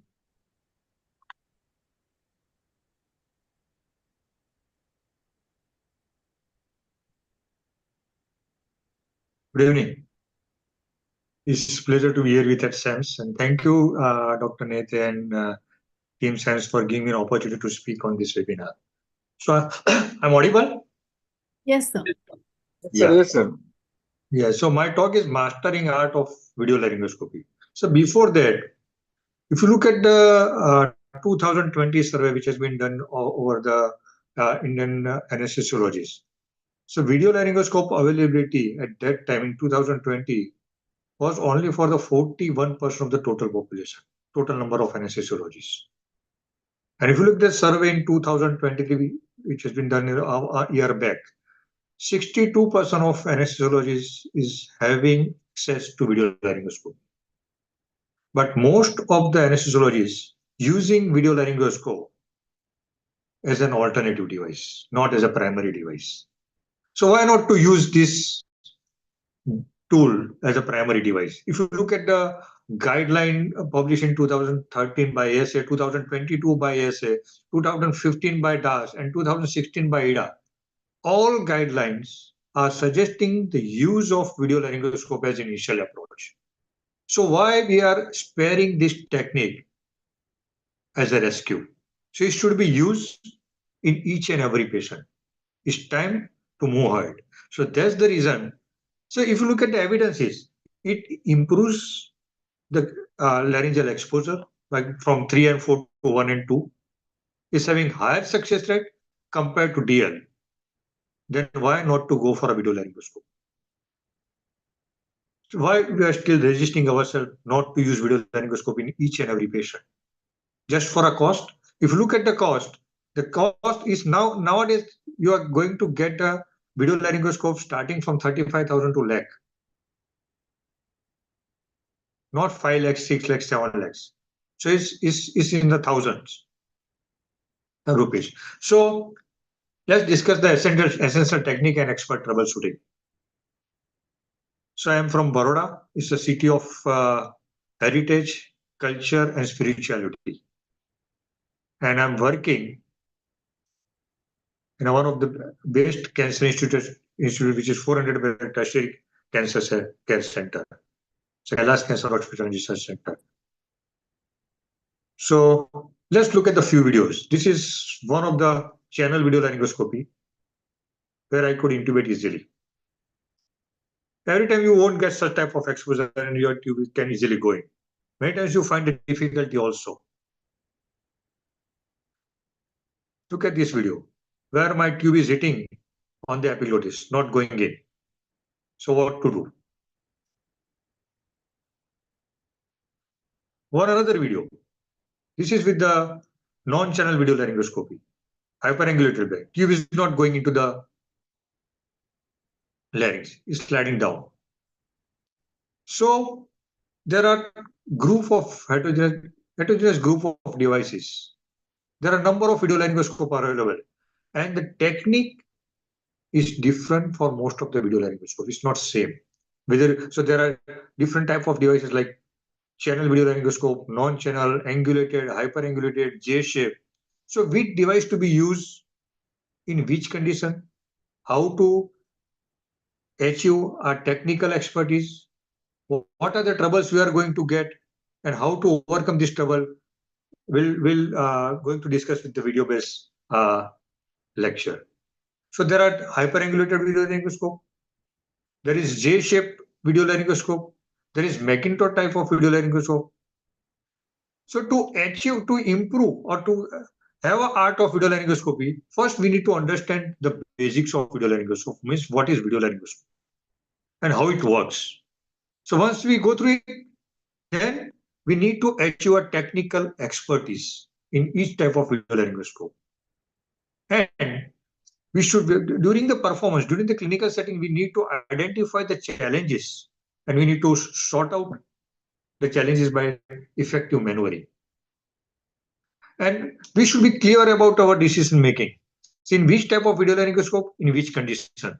That is equally important as using the video laryngoscope. And we should have database of our complication, and we should make a regular interval data analysis of our complications and try to overcome the complications, try to prevent the complications. So what is video laryngoscope? Let's start with. So nowadays compact, robust, high resolution video camera are available, which is to be embedded on the tip of the any scope which convert that scope into a video laryngoscope. How it works? Whether it's a channel one, whether it's a non-channel one, whether it's an angulated one, whether it's a hyperangulated one. It has been explained by Greenland theory. So any video laryngoscopy intubation is having three components. First, we have to expose the larynx. Second, we need to make the entry into the larynx. And third, there is a passage of the endotracheal tube. So laryngeal exposures will be is well explained by this 2010 Greenland theory. According to this theory, there are two curve of oropharyngeal laryngeal curve. This is primary curve, that is oropharyngeal laryngeal curve. And secondary curve is a pharyngeal laryngeal tracheal curve. And if you look at the meeting line of this primary curve and secondary curve, this is the line, is this. So this is the meeting line between the primary curve and secondary curve. So if you are able to place a small camera over this line, and if that camera is facing towards the larynx, we'll get the image of larynx. So that's the simple basics of video laryngoscope. We need to place a camera over this line joining the primary curve and secondary curve. So in short, we are shifting our eyesight into the pharynx to take the image of the larynx. So video laryngoscope enables us to look beyond the curve of tongue. Beyond the curve of tongue. And that's the reason line of vision is only this much. So it's line of vision from pharynx to larynx only. And because of this line of vision, it eliminates the need of 3-axial alignment and soft tissue compression, which is not required because camera is here. So tissue compression is not required. So that's the advantage of using video laryngoscope. So it provides a better laryngeal view by eliminating the need of or reducing the need of oropharyngeal axial alignment and tissue compression. So, and there are different varieties of video laryngoscope. If you look at the King Vision, most of you are using the King Vision in the practice. If you look at the King Vision and if you look at the AirTrack, the curvature of this device is matching with the primary curve. That's why it's called anatomically curved blade. If you look at the curvature of the CMAC D blade or glide scope, it's matched with the primary curve. So again, this is an anatomically curved blade. But if you look at the curvature of the Macintosh type of video laryngoscope, so it's not matching when it's in situ with the primary curve. So this is a non-anatomically curved blade. So if you want to classify the video laryngoscope, it will be anatomically curved, in which there is a J shape, that is King Vision or AirTrack, or Pentax, hyperangulated blade, that is CMAC D blade or glide scope, and non-anatomically curved blade, that is Macintosh type of video laryngoscope. And in a J-shaped angulation video laryngoscope, there is a channel and non-channel blade. Now, what is the impact, clinical impact of position of camera? Is having impact on the laryngeal view and force of laryngoscopy and the manipulation we are making to get the tube in. So, see, look at this hyperangulated blade. This glide scope, CMAC D blade is having more than 90-degree angle. But if you look at the King Vision, it's having only 90-degree angle. What does it make difference to us? Whether it's a 90-degree angle or whether it's having more than 90-degree angle. So look at that. So when J-shaped angulated VL, like King Vision, where is C2, camera will take the position in a proximal part of the line joining the primary curve and secondary curve. And so it's looking from downside up. And this is the viewing angle of that video laryngoscope. And it's bit away from the larynx. That's the reason you get the panoramic view. Fine. Now, if you look at the hyperangulated blade, when it's in C2, the camera takes the position here. It's the most steeper part of the line joining the primary curve and secondary curve. It's near to the larynx. And again, it's looking from downside up. With a direct laryngoscopy, we are looking from upside down. This is the line of sight for the direct laryngoscopy. And this is the camera looking at the larynx with the hyperangulated blade. So it's looking from downside up. And that's the reason, and it's near to the larynx, that's the reason we'll get always high POGO scoring and Cormack and Lair grade 1 and 2, even if there is anticipated difficult airway or anterior larynx, because it's looking from downside up. Now, with Macintosh, when it's in Macintosh type of video laryngoscope, when it's in C2, so you take the position here and you'll get the view from upside down with Macintosh video. Still, so when you are using the Macintosh type of VL, still you need to have a elevate the tongue. So force of laryngoscopy is required if you use the Macintosh type of video laryngoscopy. So look at this J-shape angulation, king vision or attract. So when is C2 camera take the position here and it's looking straight. Because it's looking straight, many times you won't get the full laryngeal view. You'll get the lower side of the laryngeal view, only area into space. So to get the full view, you need to lift the scope little bit up to have a complete laryngeal view. So that's the reason upward lifting of the scope is many times required with the king vision, as it's looking straight.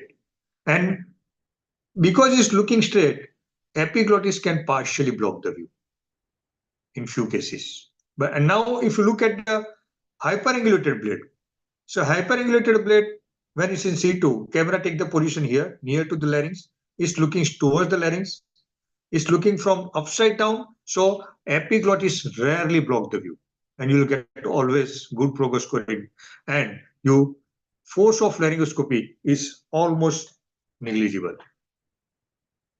Now, if you look at the Macintosh type of VL, so again, you need to have a force of laryngoscopy because camera is at the line of sight and it's looking from upside down, and epiglottis can block the view. So there's the difference between hyperangulated blade, angulated blade, and Macintosh type of VL. So you can. So now, what is the viewing angle of the camera? Viewing angle of the video laryngoscope, and what's the clinical impact? So there are two different. Our eyes is having our own perimetry. So beyond that, our perimetry we can't see. Same as each video laryngoscope camera is having its own perimetry. That's called the viewing angle of the camera. And most of the video laryngoscopic camera is having a narrow angle camera that is 55 to 65 degree. So when you are using narrow angle camera, and suppose this is the camera in front of the object, and because of narrow angle, you'll be able to see only part of the object in the field. So get the complete object into your field, many times you need to withdraw the camera away from the larynx to get the view. So that maneuvering is required in many of the video laryngoscope which you are using, which is having narrow angle. But if few camera is having wide angle camera, so in spite of having less distance from the object, because of wide viewing angle, you'll get the complete view.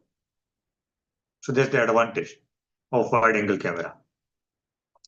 So what's the another advantage of this camera? So this is narrow angle, this is wide angle.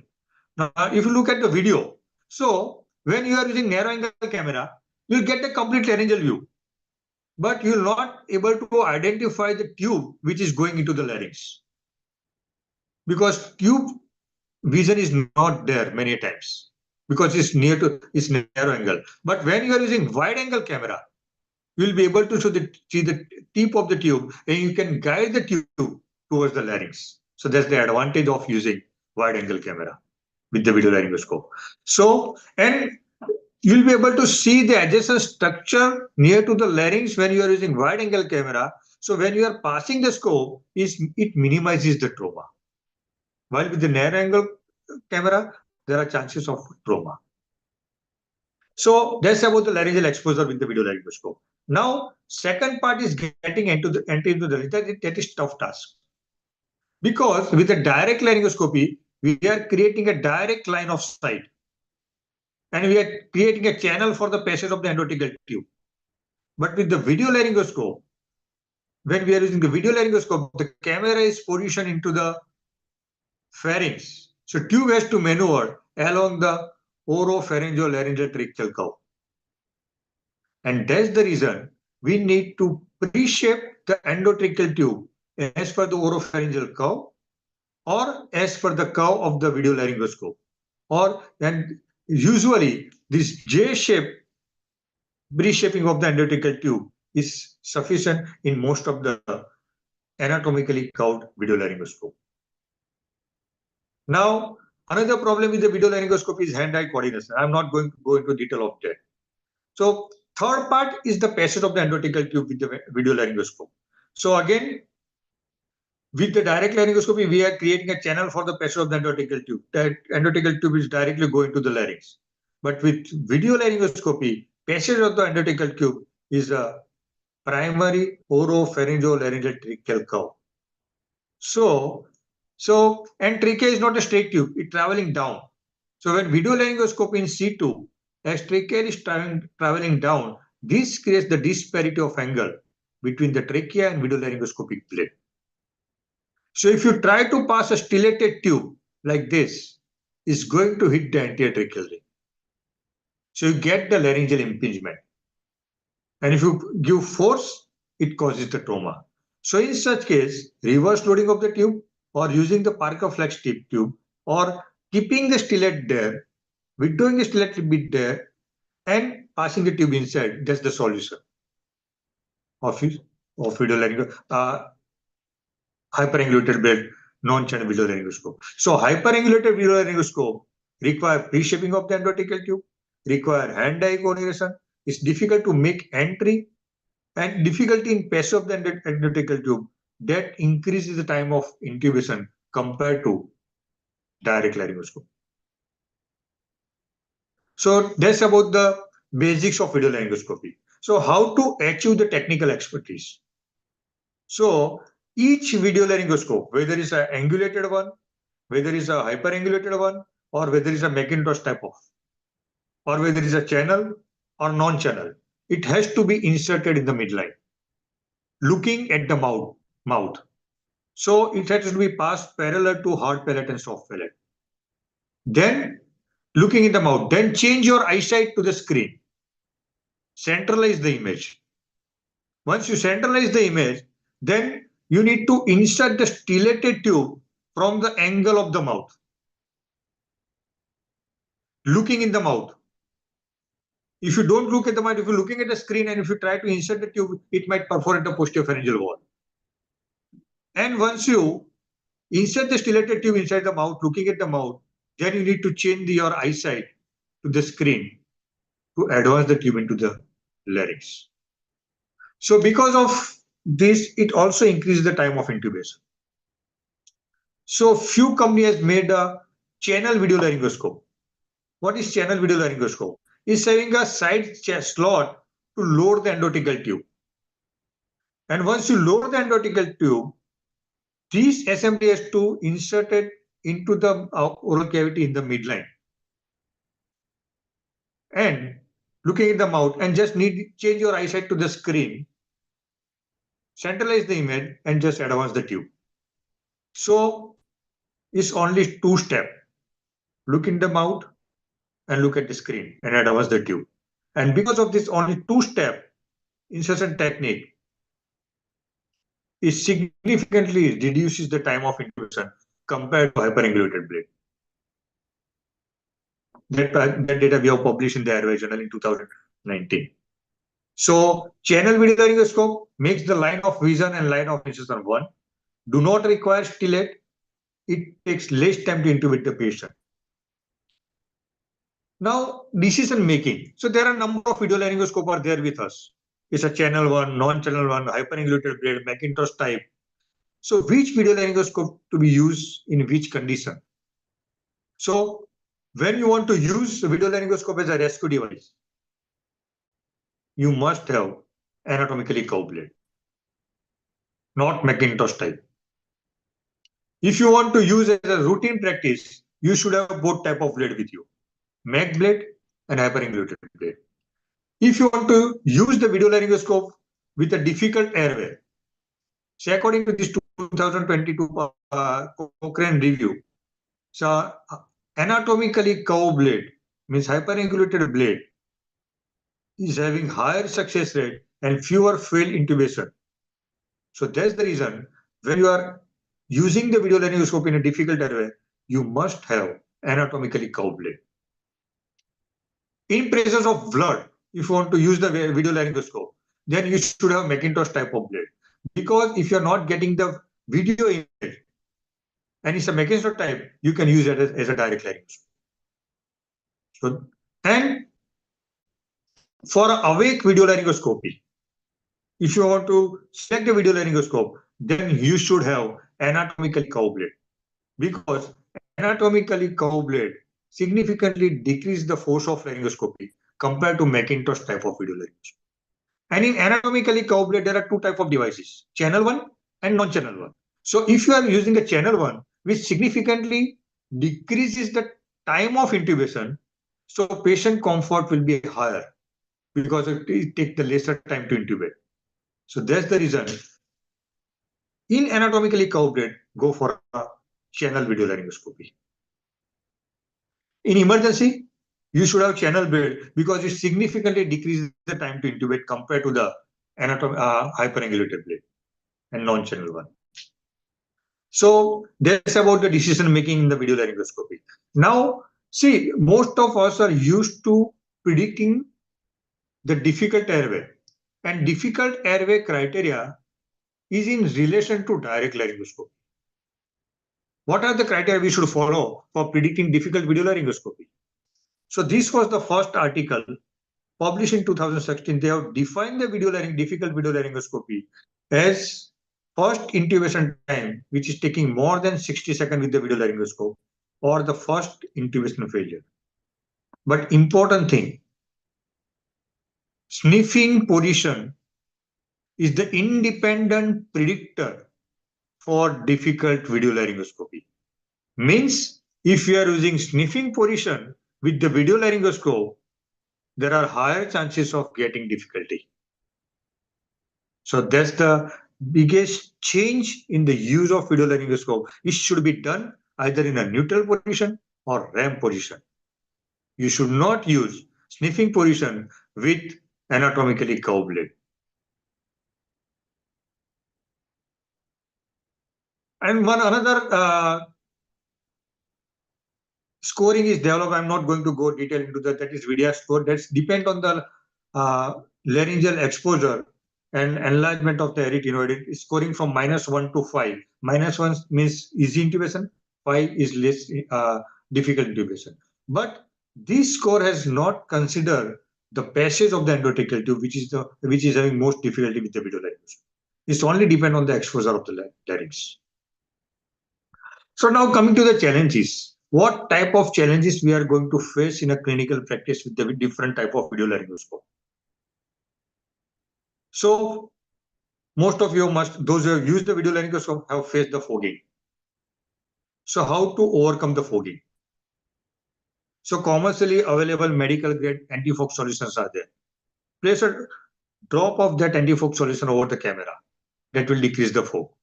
Or insufflate through any possible route during video laryngoscope. Insufflation of oxygen through any possible route will decrease the fog. So this is how you can decrease the fogging. Another problem, when you are using the video laryngoscope, specifically anatomically curved blade, in an obese patient, this screen is touching the chest wall. So in such case, you should pass the laryngoscopic blade parallel to heart plated in an extended neck position. Or remove the screen, insert the blade, and then reattach the screen. That's the solution. Now we'll look at the challenges with the non-channel blade, anatomically curved blade. What are the common challenges we are going to face? So when your scope is inside, many times you are getting this type of image. So the scope is over the tongue. So withdraw the scope or give a jaw thrust or pass the scope behind the tongue parallel to hard palate and soft palate if you get this type of image. Now scope is too far from the larynx. You're getting only this much of view. In such case, advance the scope to get the complete view. Many times scope is too near to the larynx. You'll get the complete laryngeal view. but it's very difficult to negotiate the tube inside the larynx if you are too near to the larynx. So optimal view should be, you should be able to see the larynx, epiglottis and adjacent structure. This is the optimal view you should get with any type of video laryngoscope to have higher success rate. So now those who are using the non-channel video laryngoscope, you need to pre-shape the endothecal tube with the stellate. From how to pre-shape, that's very important. You should make 60 to 90 degree angle of the tube, and it should be bent from the proximal end of the cuff like this, and make it J-shape.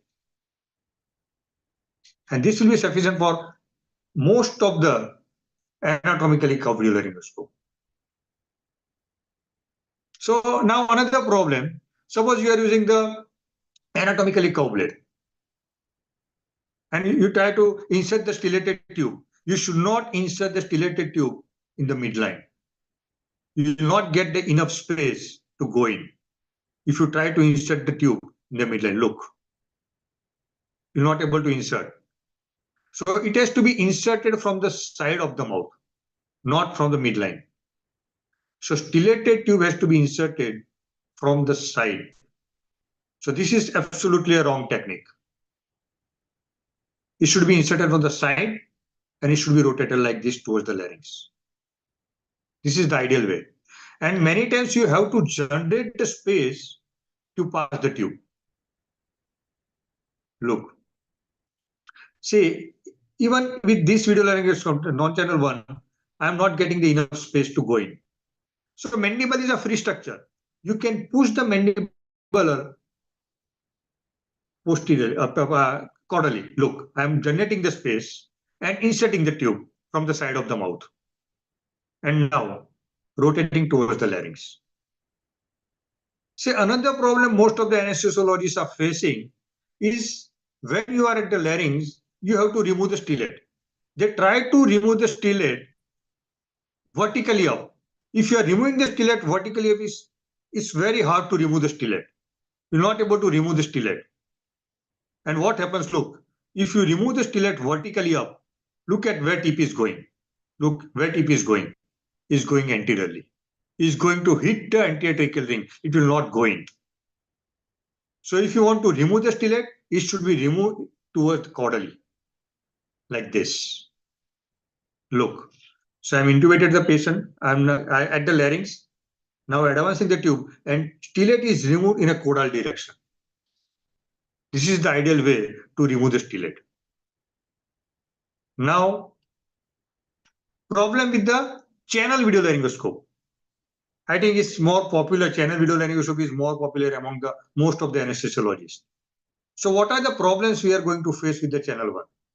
So your tube can get impinged over the larynx, either left laryngoid or right laryngoid or epiglottis or interarytenoid tissue. Look here, tube is getting impinged at the right arytenoid tissue. So what to do? So we have published this data, and according to this our publication, you should have, if you are making the anti-clockwise rotation of the tube inside the channel, this will overcome right laryngeal impingement. Look. So when you are getting the right aryepiglottic impingement, withdraw the tube little bit and rotate counterclockwise rotation 90 degree, and that will align the laryngeal axis and align the tip with the larynx, and you can easily go in. Look, I'm rotating towards 90 degree counterclockwise rotation. Another way to overcome this problem, if your tube is getting lodged at the right aryepiglottic fold, rotate the screen towards the site of impingement. This will align the trajectory of tip with the larynx, and you can easily advance the tube in. Another problem with the channel one, your tube is getting impinged at the interarytenoid tissue. Your tube is getting impinged in the interarytenoid tissue. In such case, lift up the scope bit, little bit up, will overcome the interarytenoid impingement. Now, this is the most troublesome part. In few of the cases, because of specifically in obesity, floppy epiglottis, your tube is, even with the channel valve laryngoscopy, your tube is getting impinged over the epiglottis. Look. So in such case, what you need to do, withdraw the tube, make a 180-degree counterclockwise rotation inside the channel. So tip will go underneath the epiglottis and then advance the tube. And then again re-rotate towards right. Now, another bigger problem, with the channel 1, your tube is sliding down into the esophagus. It's not going towards the larynx. What to do? What is the common reason of this problem? Look, if your laryngoscope tip is too near to the larynx, your tube will go down. It will go into the esophagus. And if your tip, suppose this black part is larynx, and your tube is near the larynx, your tube will go down like this. But if your tip of the scope is away 2 to 3 centimeters away from the larynx, look where tube is going. It is going into that black area, into the larynx. So when your tube is sliding down into esophagus with the channel video laryngoscopy, withdraw the scope little bit and then advance the tube. You'll be automatically able to negotiate the tube towards the larynx. Another problem is tube is sliding into the esophagus. So this is a modified technique. We have developed this connector. This is 15 mm connector, and this is another small connector along with that. Attach this connector over the endotracheal tube. Pass the boogie to the 15 mm connector. Fix it in the smaller hole and bend the tip of the boogie and load this over the channel.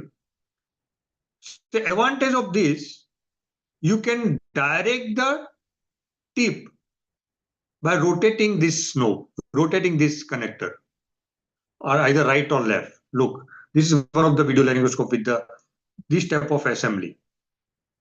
Suppose your tube is sliding down, boogie is facing up, so pass the boogie first like this, and over that just reload the tube.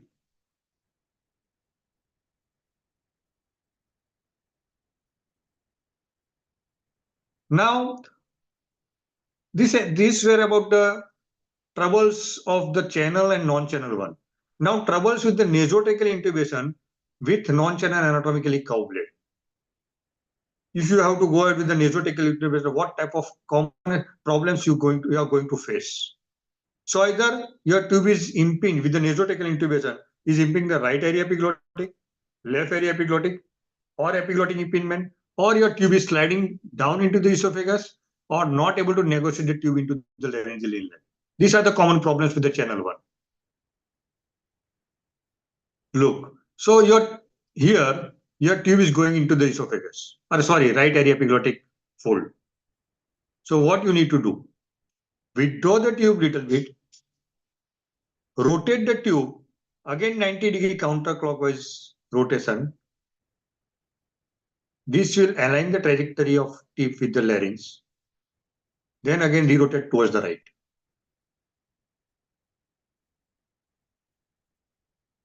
Now, suppose your tube is sliding to the esophagus like this with the nasotracheal intubation, with the hyperangulated blade or non-channel blade. So what to do? So the common problem, if tube is sliding into the esophagus like this, so when just inflating the curve of tube inside the pharynx will take the tip up like this.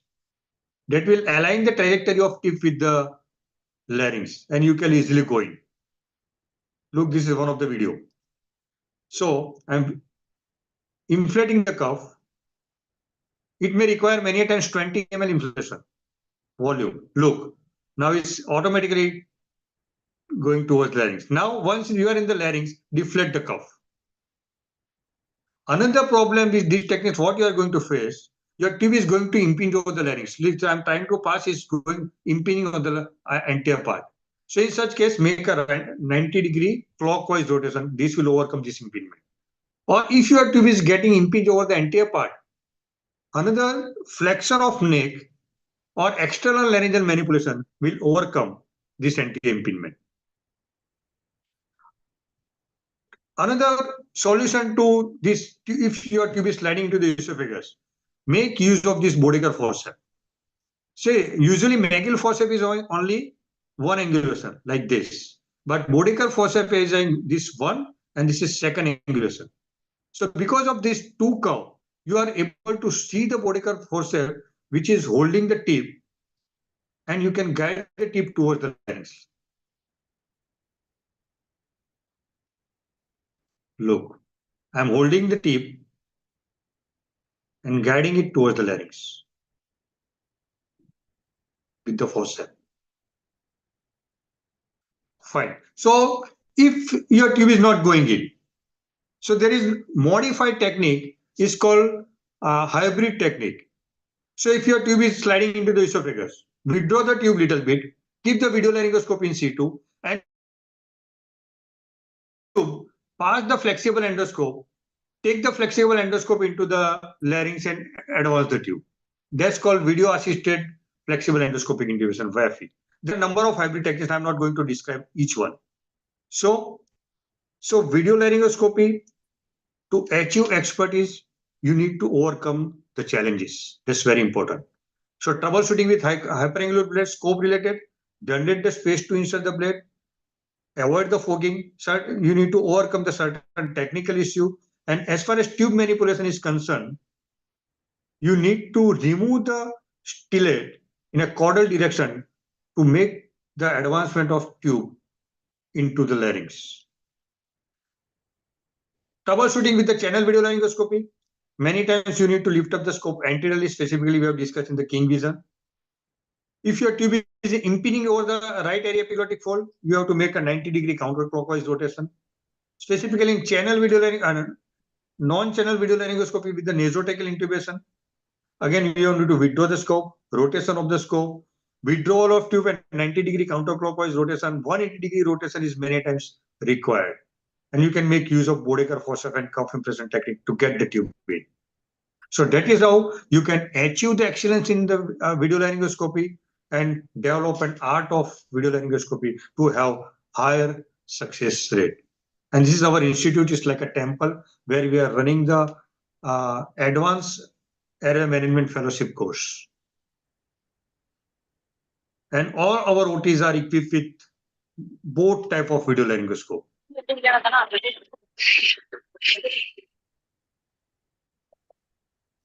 Thank you. And at where we are, I think this part we have discussed. So according to this 2023 publications, 60% of the anesthesiologists in India now using video laryngoscope as an alternative device. But we should make it as a routine device, as a primary device.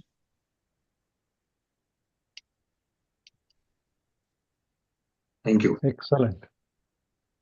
Superb. Excellent talk, sir. And I mean, so much you know about the physics of the video laryngoscope that you could exactly tell us what happens with each, and really mesmerizing. Thank you. I think a very excellent lecture, Dr. Apex, and I think people have actually forgotten to ask the questions. I don't know. Has asked that, do you have any experience with the video stellate? Yes. See, we do have video stellate with us, but again, video stellate is to be used when you are having expertise to use in a routine patient. Then you should use in a difficult airway. Even say video stellate size is diameter of video stellate is almost 4 mm. So with the mouth opening of 6 mm or 7 mm, you can use the video stellate. But again, it has to be inserted into the midline. It has to be passed parallel to hard palate and soft palate, and you need to make a curve, make a movement as per the oropharyngeal laryngeal curve. Same as what we are doing with the video laryngoscopic hyperangular blade. But it's definitely required, learning curve is bit more compared to the video laryngoscope with the video stellate. But you can use the video stellate along with the video laryngoscope as a hybrid technique. Somebody has asked about that connector which you were showing, whether it is available or not. Commercially It's not available. commercially available, but if you want, I can send it to you. We are not marketing it, but we have given almost in all the private practitioners in Baroda. We are having number of connectors with us. We can send you the few samples to you. Sir, And which is forceps? these Yeah. Borkar forceps that you said. Borkar, yeah. Bodekar forceps. Yeah, Bodekar Bodekar. forceps. Bodekar. So, can you just explain that difference in comparison with the Magels that we are usually? See, Magels is only one cow. So if you try to use Magels with the video laryngoscope, so when video laryngoscope in situ, the camera takes the position of the pharynx and looking at the larynx. So if you are inserting the Magels into the oral cavity, it will not come into the view of the video laryngoscope. So you're not able to maneuver the tube by hold the tube. So Bodekar forceps is having two curve, one like a Magels, and second from distal end there is another acute 60 to 70 degree curve towards the larynx. So it's a two curve forceps. Sir, is it available, this Bodekar forceps? Where is it? Bodekar forceps is available. And with anesthetist? I have to check. We do have with us, but I have to check the company. I think Amit, you know who is supplying the Bodekar forceps? We have taken in one of the conferences. We forgot the company's name. No, Bodekar forceps is available from I think Stores company, and it is also called modified Magill forceps. There is an Indian name to it. So it is available in one of Indian company, and also if you can explore the ENT surgeons, you know they have this type of forceps. So you get it from their meeting and conferences.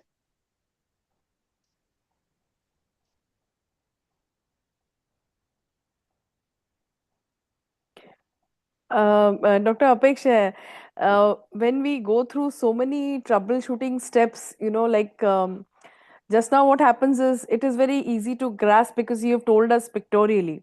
So can you, advise how to go about when we start teaching our PGs for this troubleshooting, or we ourselves can practice it, because there are n number of points where we can actually fall into trouble with video laryngoscope.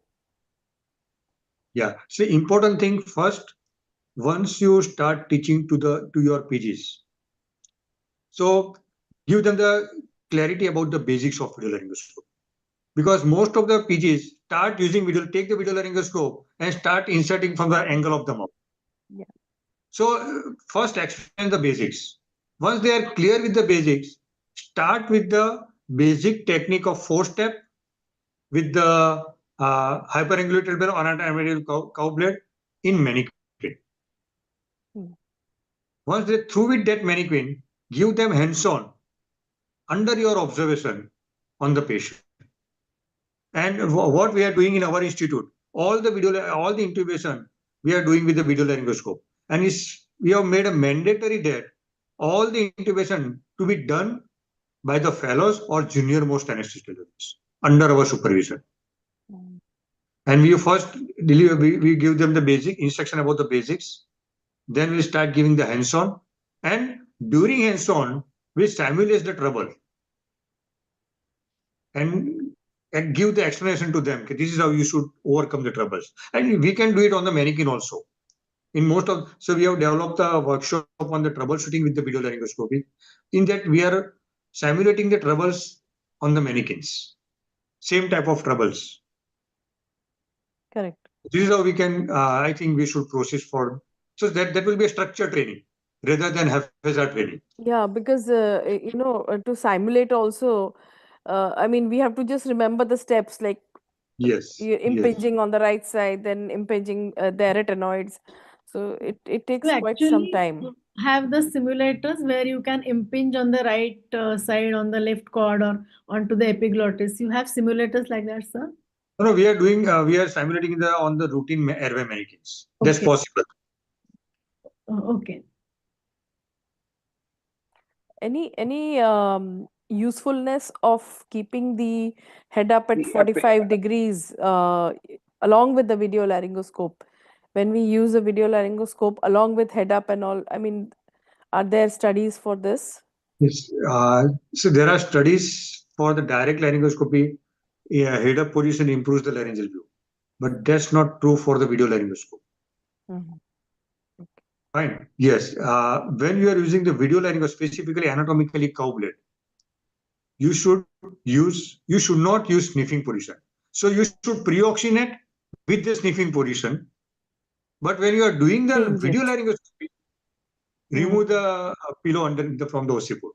Okay. And give the neutral position. Okay. That's very important. Okay. So sniffing position is required to improve oxygenation. For pre-oxygenation, but during video laryngoscopy, remove the pillow from the head. Apex, can you? Yes. I think you mentioned the special stellate which we need. Suppose if you don't have special stellate, how to use our own routine that I have stellate. already mentioned in the lecture. So if you are having a standard stellate with you, fine, malleable stellate with you, and if you want to use it with the non-channel or hyperangulated or angulated blade video laryngoscopy. So pass the stellate into the tube, and this stellated tube to be bent 60 to 90 degree. But you should bend from the proximal end of the cuff. That's very important. You should not bend from the mid point or just distally. You should bend from the proximal end of the cuff. 60 to 90 degree angle from the proximal end of cuff. This will make hockey-stick appearance. Hockey-stick. Yes, it means it make it a sharp J-shaped. From Yeah, the sharp. 60 to usually in most of the cases 60 to 70 degrees is sufficient. It's hardly required to bend up to 90 degree. So it is little different from the routine that we are doing, right? We don't put a whole curve, but it is just at the tip. Yes. Yes. Apex, one more question. Now, most of us now has a device which is a channel video laryngoscope. Suppose, and it has also non-channel version. Suppose I'm not able to intubate because of channel. I'm not able to align tube trajectory towards larynx. Will my using the non-channel one will help? So in case of difficulty, can I shift to non-channel, and how does it help? So first, oxygenation is the priority. You should abandon the procedure if oxygen is going down and ventilate the patient. That is first thing. But if your oxygenation is good and if you are having time to maneuver the tube, first thing you should try to overcome the troubles. So commonest cause of not passing the tube into the larynx inside the channel either is going down or is impinging on the larynx. So in such case, withdraw the channel, withdraw the tube little bit, and ask someone to pass the flexible endoscopy if you are having a flexible through the tube. And so the tip will flexible endoscope tip will come at the level of larynx. Just bend the tip and go into the larynx and slide the tube. So that is one thing. Now, if you don't have a flexible endoscope, then you should make use of the non-channel one, because with the stellated tube, you can direct the tube towards the larynx if you're not able to pass through the non-channel. I think, Amit, I have given the solution. Any additional information you can also suggest. So that means if your channel is not working, you can give a try if your patient permits with the non-channel, with the stellated endotracheal tube. Yes. And important thing, whatever you are trying, you must have expertise to do that thing. Don't try in a difficult area at the first chance. Yes, okay. So you must use all these on normal patients first, because at every patient, like air track, it is a different style. You need to remain quite away from the larynx with air track and with King Vision. Otherwise, it doesn't get directed. True. With other anatomical, you need to go right up to the larynx. So there is a learning curve with each of these. So if you are having device with you, why not to use in each and every patient? Yes, normal patient. So that is how you see in our institute. we have stopped using conventional laryngoscope for intubation.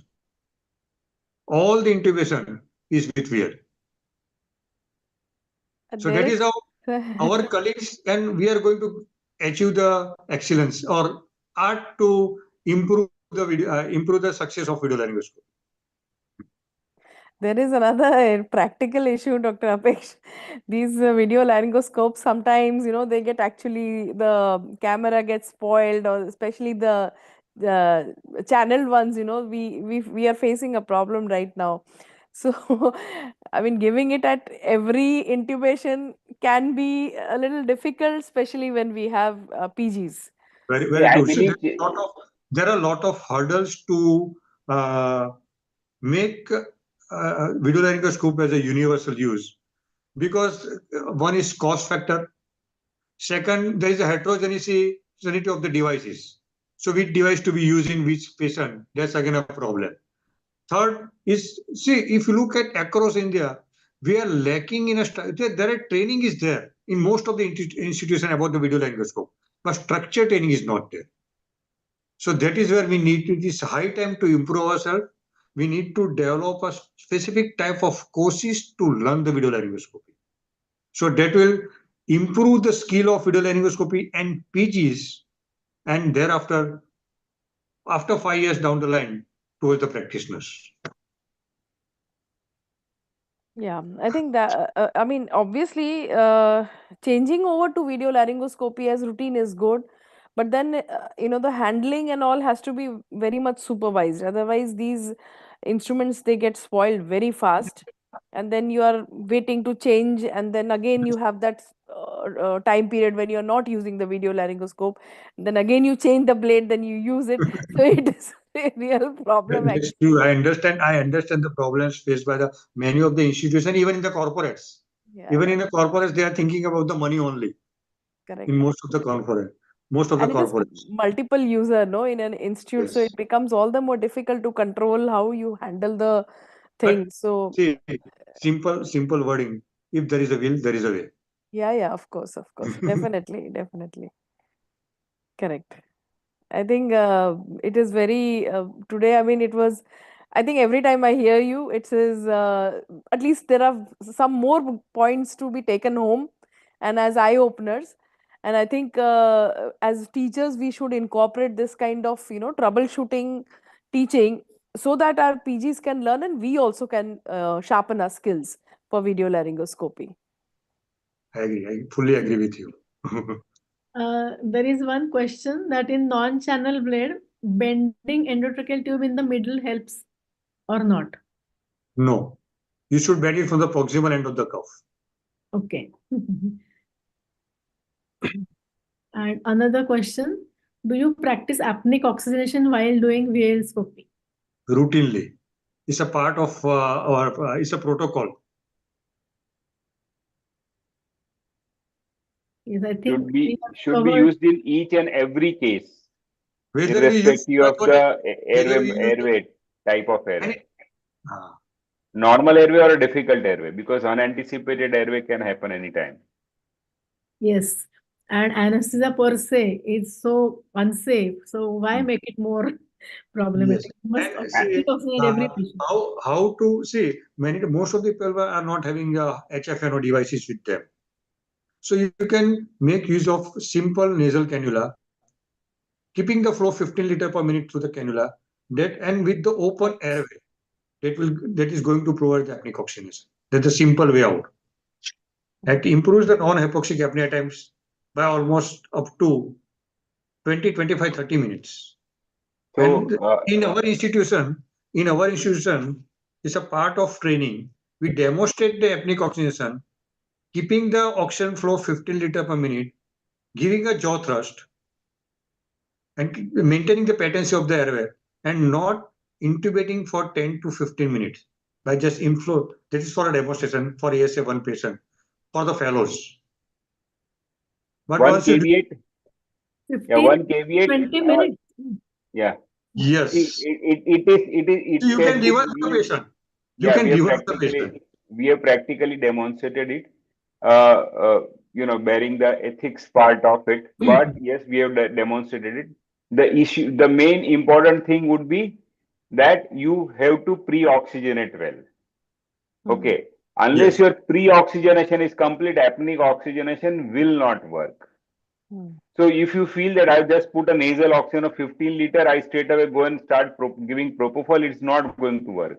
You have to give 3 to 5 minutes of tidal breathing or whatever technique which you are using. Okay, 8 vital capacity breath in a minute, whatever technique you use, you have to have your pre-oxygenation complete. And if you have end-tidal oxygen monitoring facility, then you should make it up to 90%. If that is done, then apneic oxygenation is going to be helpful. Otherwise, it may not work. Yes, Apesh. So effective, yes, as Amit has mentioned. So effective apneic oxygenation has 4 prerequisites. First, there should be an optimal pre-oxygenation. Means your whole of the FRC of lung is full with the 100% oxygen. Second, you should insufflate the oxygen through the nasal passage. Third, there should be a high flow of at least 15 liter. And fourth, there should be airway patency. So these 4 are the prerequisites for effective apneic oxygenation. Sir, and what about hypercarbia? Yes. So with first minute, with the apneic oxygenation, with the first minute of apnea, there will be an accumulation of CO2 up to 16 mm of Hg. And with every subsequent minute, there will be another accumulation of 3 mm of Hg per minute till apnea lasts. So, but see, hypoxia kills, hypercarbia not. So once you intubate the patient, make a ventilator setting in such a way, make a ventilator setting in such a way you can wash out the CO2. And wash out the CO2. Yes. Madam, I have a Mangal Dave video laryngoscope, and it has been told that it has been also shown in that pamphlet that you can connect to the iPhone, but I cannot connect to any iPhone. Every time I have to get someone's Android to connect it. So can you just explain how we can connect to iPhone? So, so there's the problem with the software, the compatibility with the iPhone. So you just go through the manuals of that boroscope we are using or Mangaldaroscope we are using, and you can with that manuals you can connect it with the iPhone. If it is possible, you should be able to connect. This one, even I got that USB connector, like conversion of that, but then it is just not possible to connect. I have to get someone's Android and do connect, because Android hardly anyone is using. Almost everyone has got iPhone now, so we have to. Like if you have a contact number of Mangal, you can always ask him directly, because he will have the solution. He'll be able to help, I think. Yes. Better to. There is one more comment that for apneic oxygenation, we need another source of oxygen. So you need your workstation and you need another source of oxygen. Yes. So auxiliary oxygen, if you are, that's good sign. Yes. That's good. But if you don't have auxiliary oxygen, you can use the oxygen connector, connect it with the flow meter. That is also possible. Or else, during intubation, ask your assistant to change it to the manual one and connect it to the nasal. Yes. So excellent discussion on a very important topic close to our hearts, and I'm sure we have answered most of the questions. And I ask Dr. Rajesh to put a vote of thanks. Rajesh? Hello. Yes, Good evening, all. Yes, you're audible. Good evening. Are you getting me? Okay. Yes. I was just busy inside the OT, so I was perfectly listening but not watching the video. And I heard a lot from Dr. Jason, sir. Excellent talk on a difficult airway case scenario, planning and its execution. And excellent talk by Dr. Apik Patwa, sir.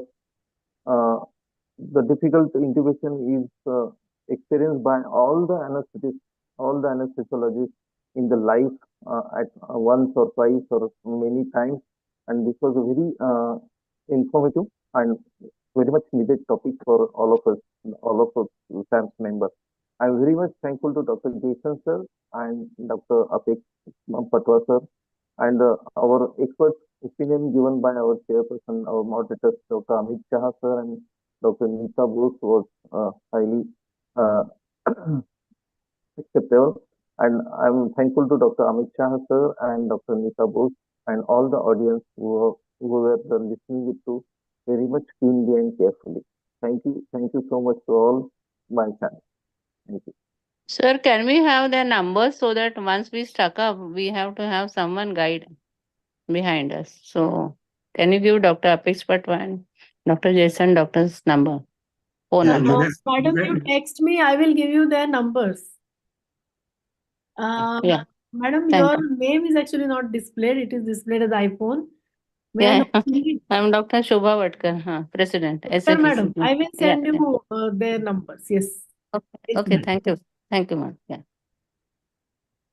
Thank you, everybody. Thank Thank you, you. madam. And Thank it was a great opportunity to learn and even interact. Thank you. Thank you very Yeah. much. Thank you, Team Society of Anesthesiology Maharashtra chapter. It was wonderful session, well designed, and of course, excellent presentation by both the speakers. Thank you. If you're doing this regular, I think you're doing this monthly. It's a monthly activity. Yes, sir. Yeah. The important thing, you can send a link to us. We will be there as a participant also. Oh, so nice. I always share. It That'll was be very full, nice. We can it get was inputs from you. full session, 100 cross, Yes, yes. and most of We had, the joined with the YouTube link. we had more than 100 people who were listening. Yeah, Yes, most of the time. Madam, thank you so much, because however times we listen to all these, we still stuck sometimes. So more and more like it should be run in a loops, at least once in a month, so that whatever the knowledge can be brushed up, or new tactics or new devices are coming. So we'll And be such- having well versed with them. Yeah. Yes, such pearls of wisdom we got actually. Because many times it happens that this video laryngoscope is there, you can see the cord, but the tube is not reaching there. So when sir said, Patwa sir said, I will take this, I said, thank you. Excellent. Very good.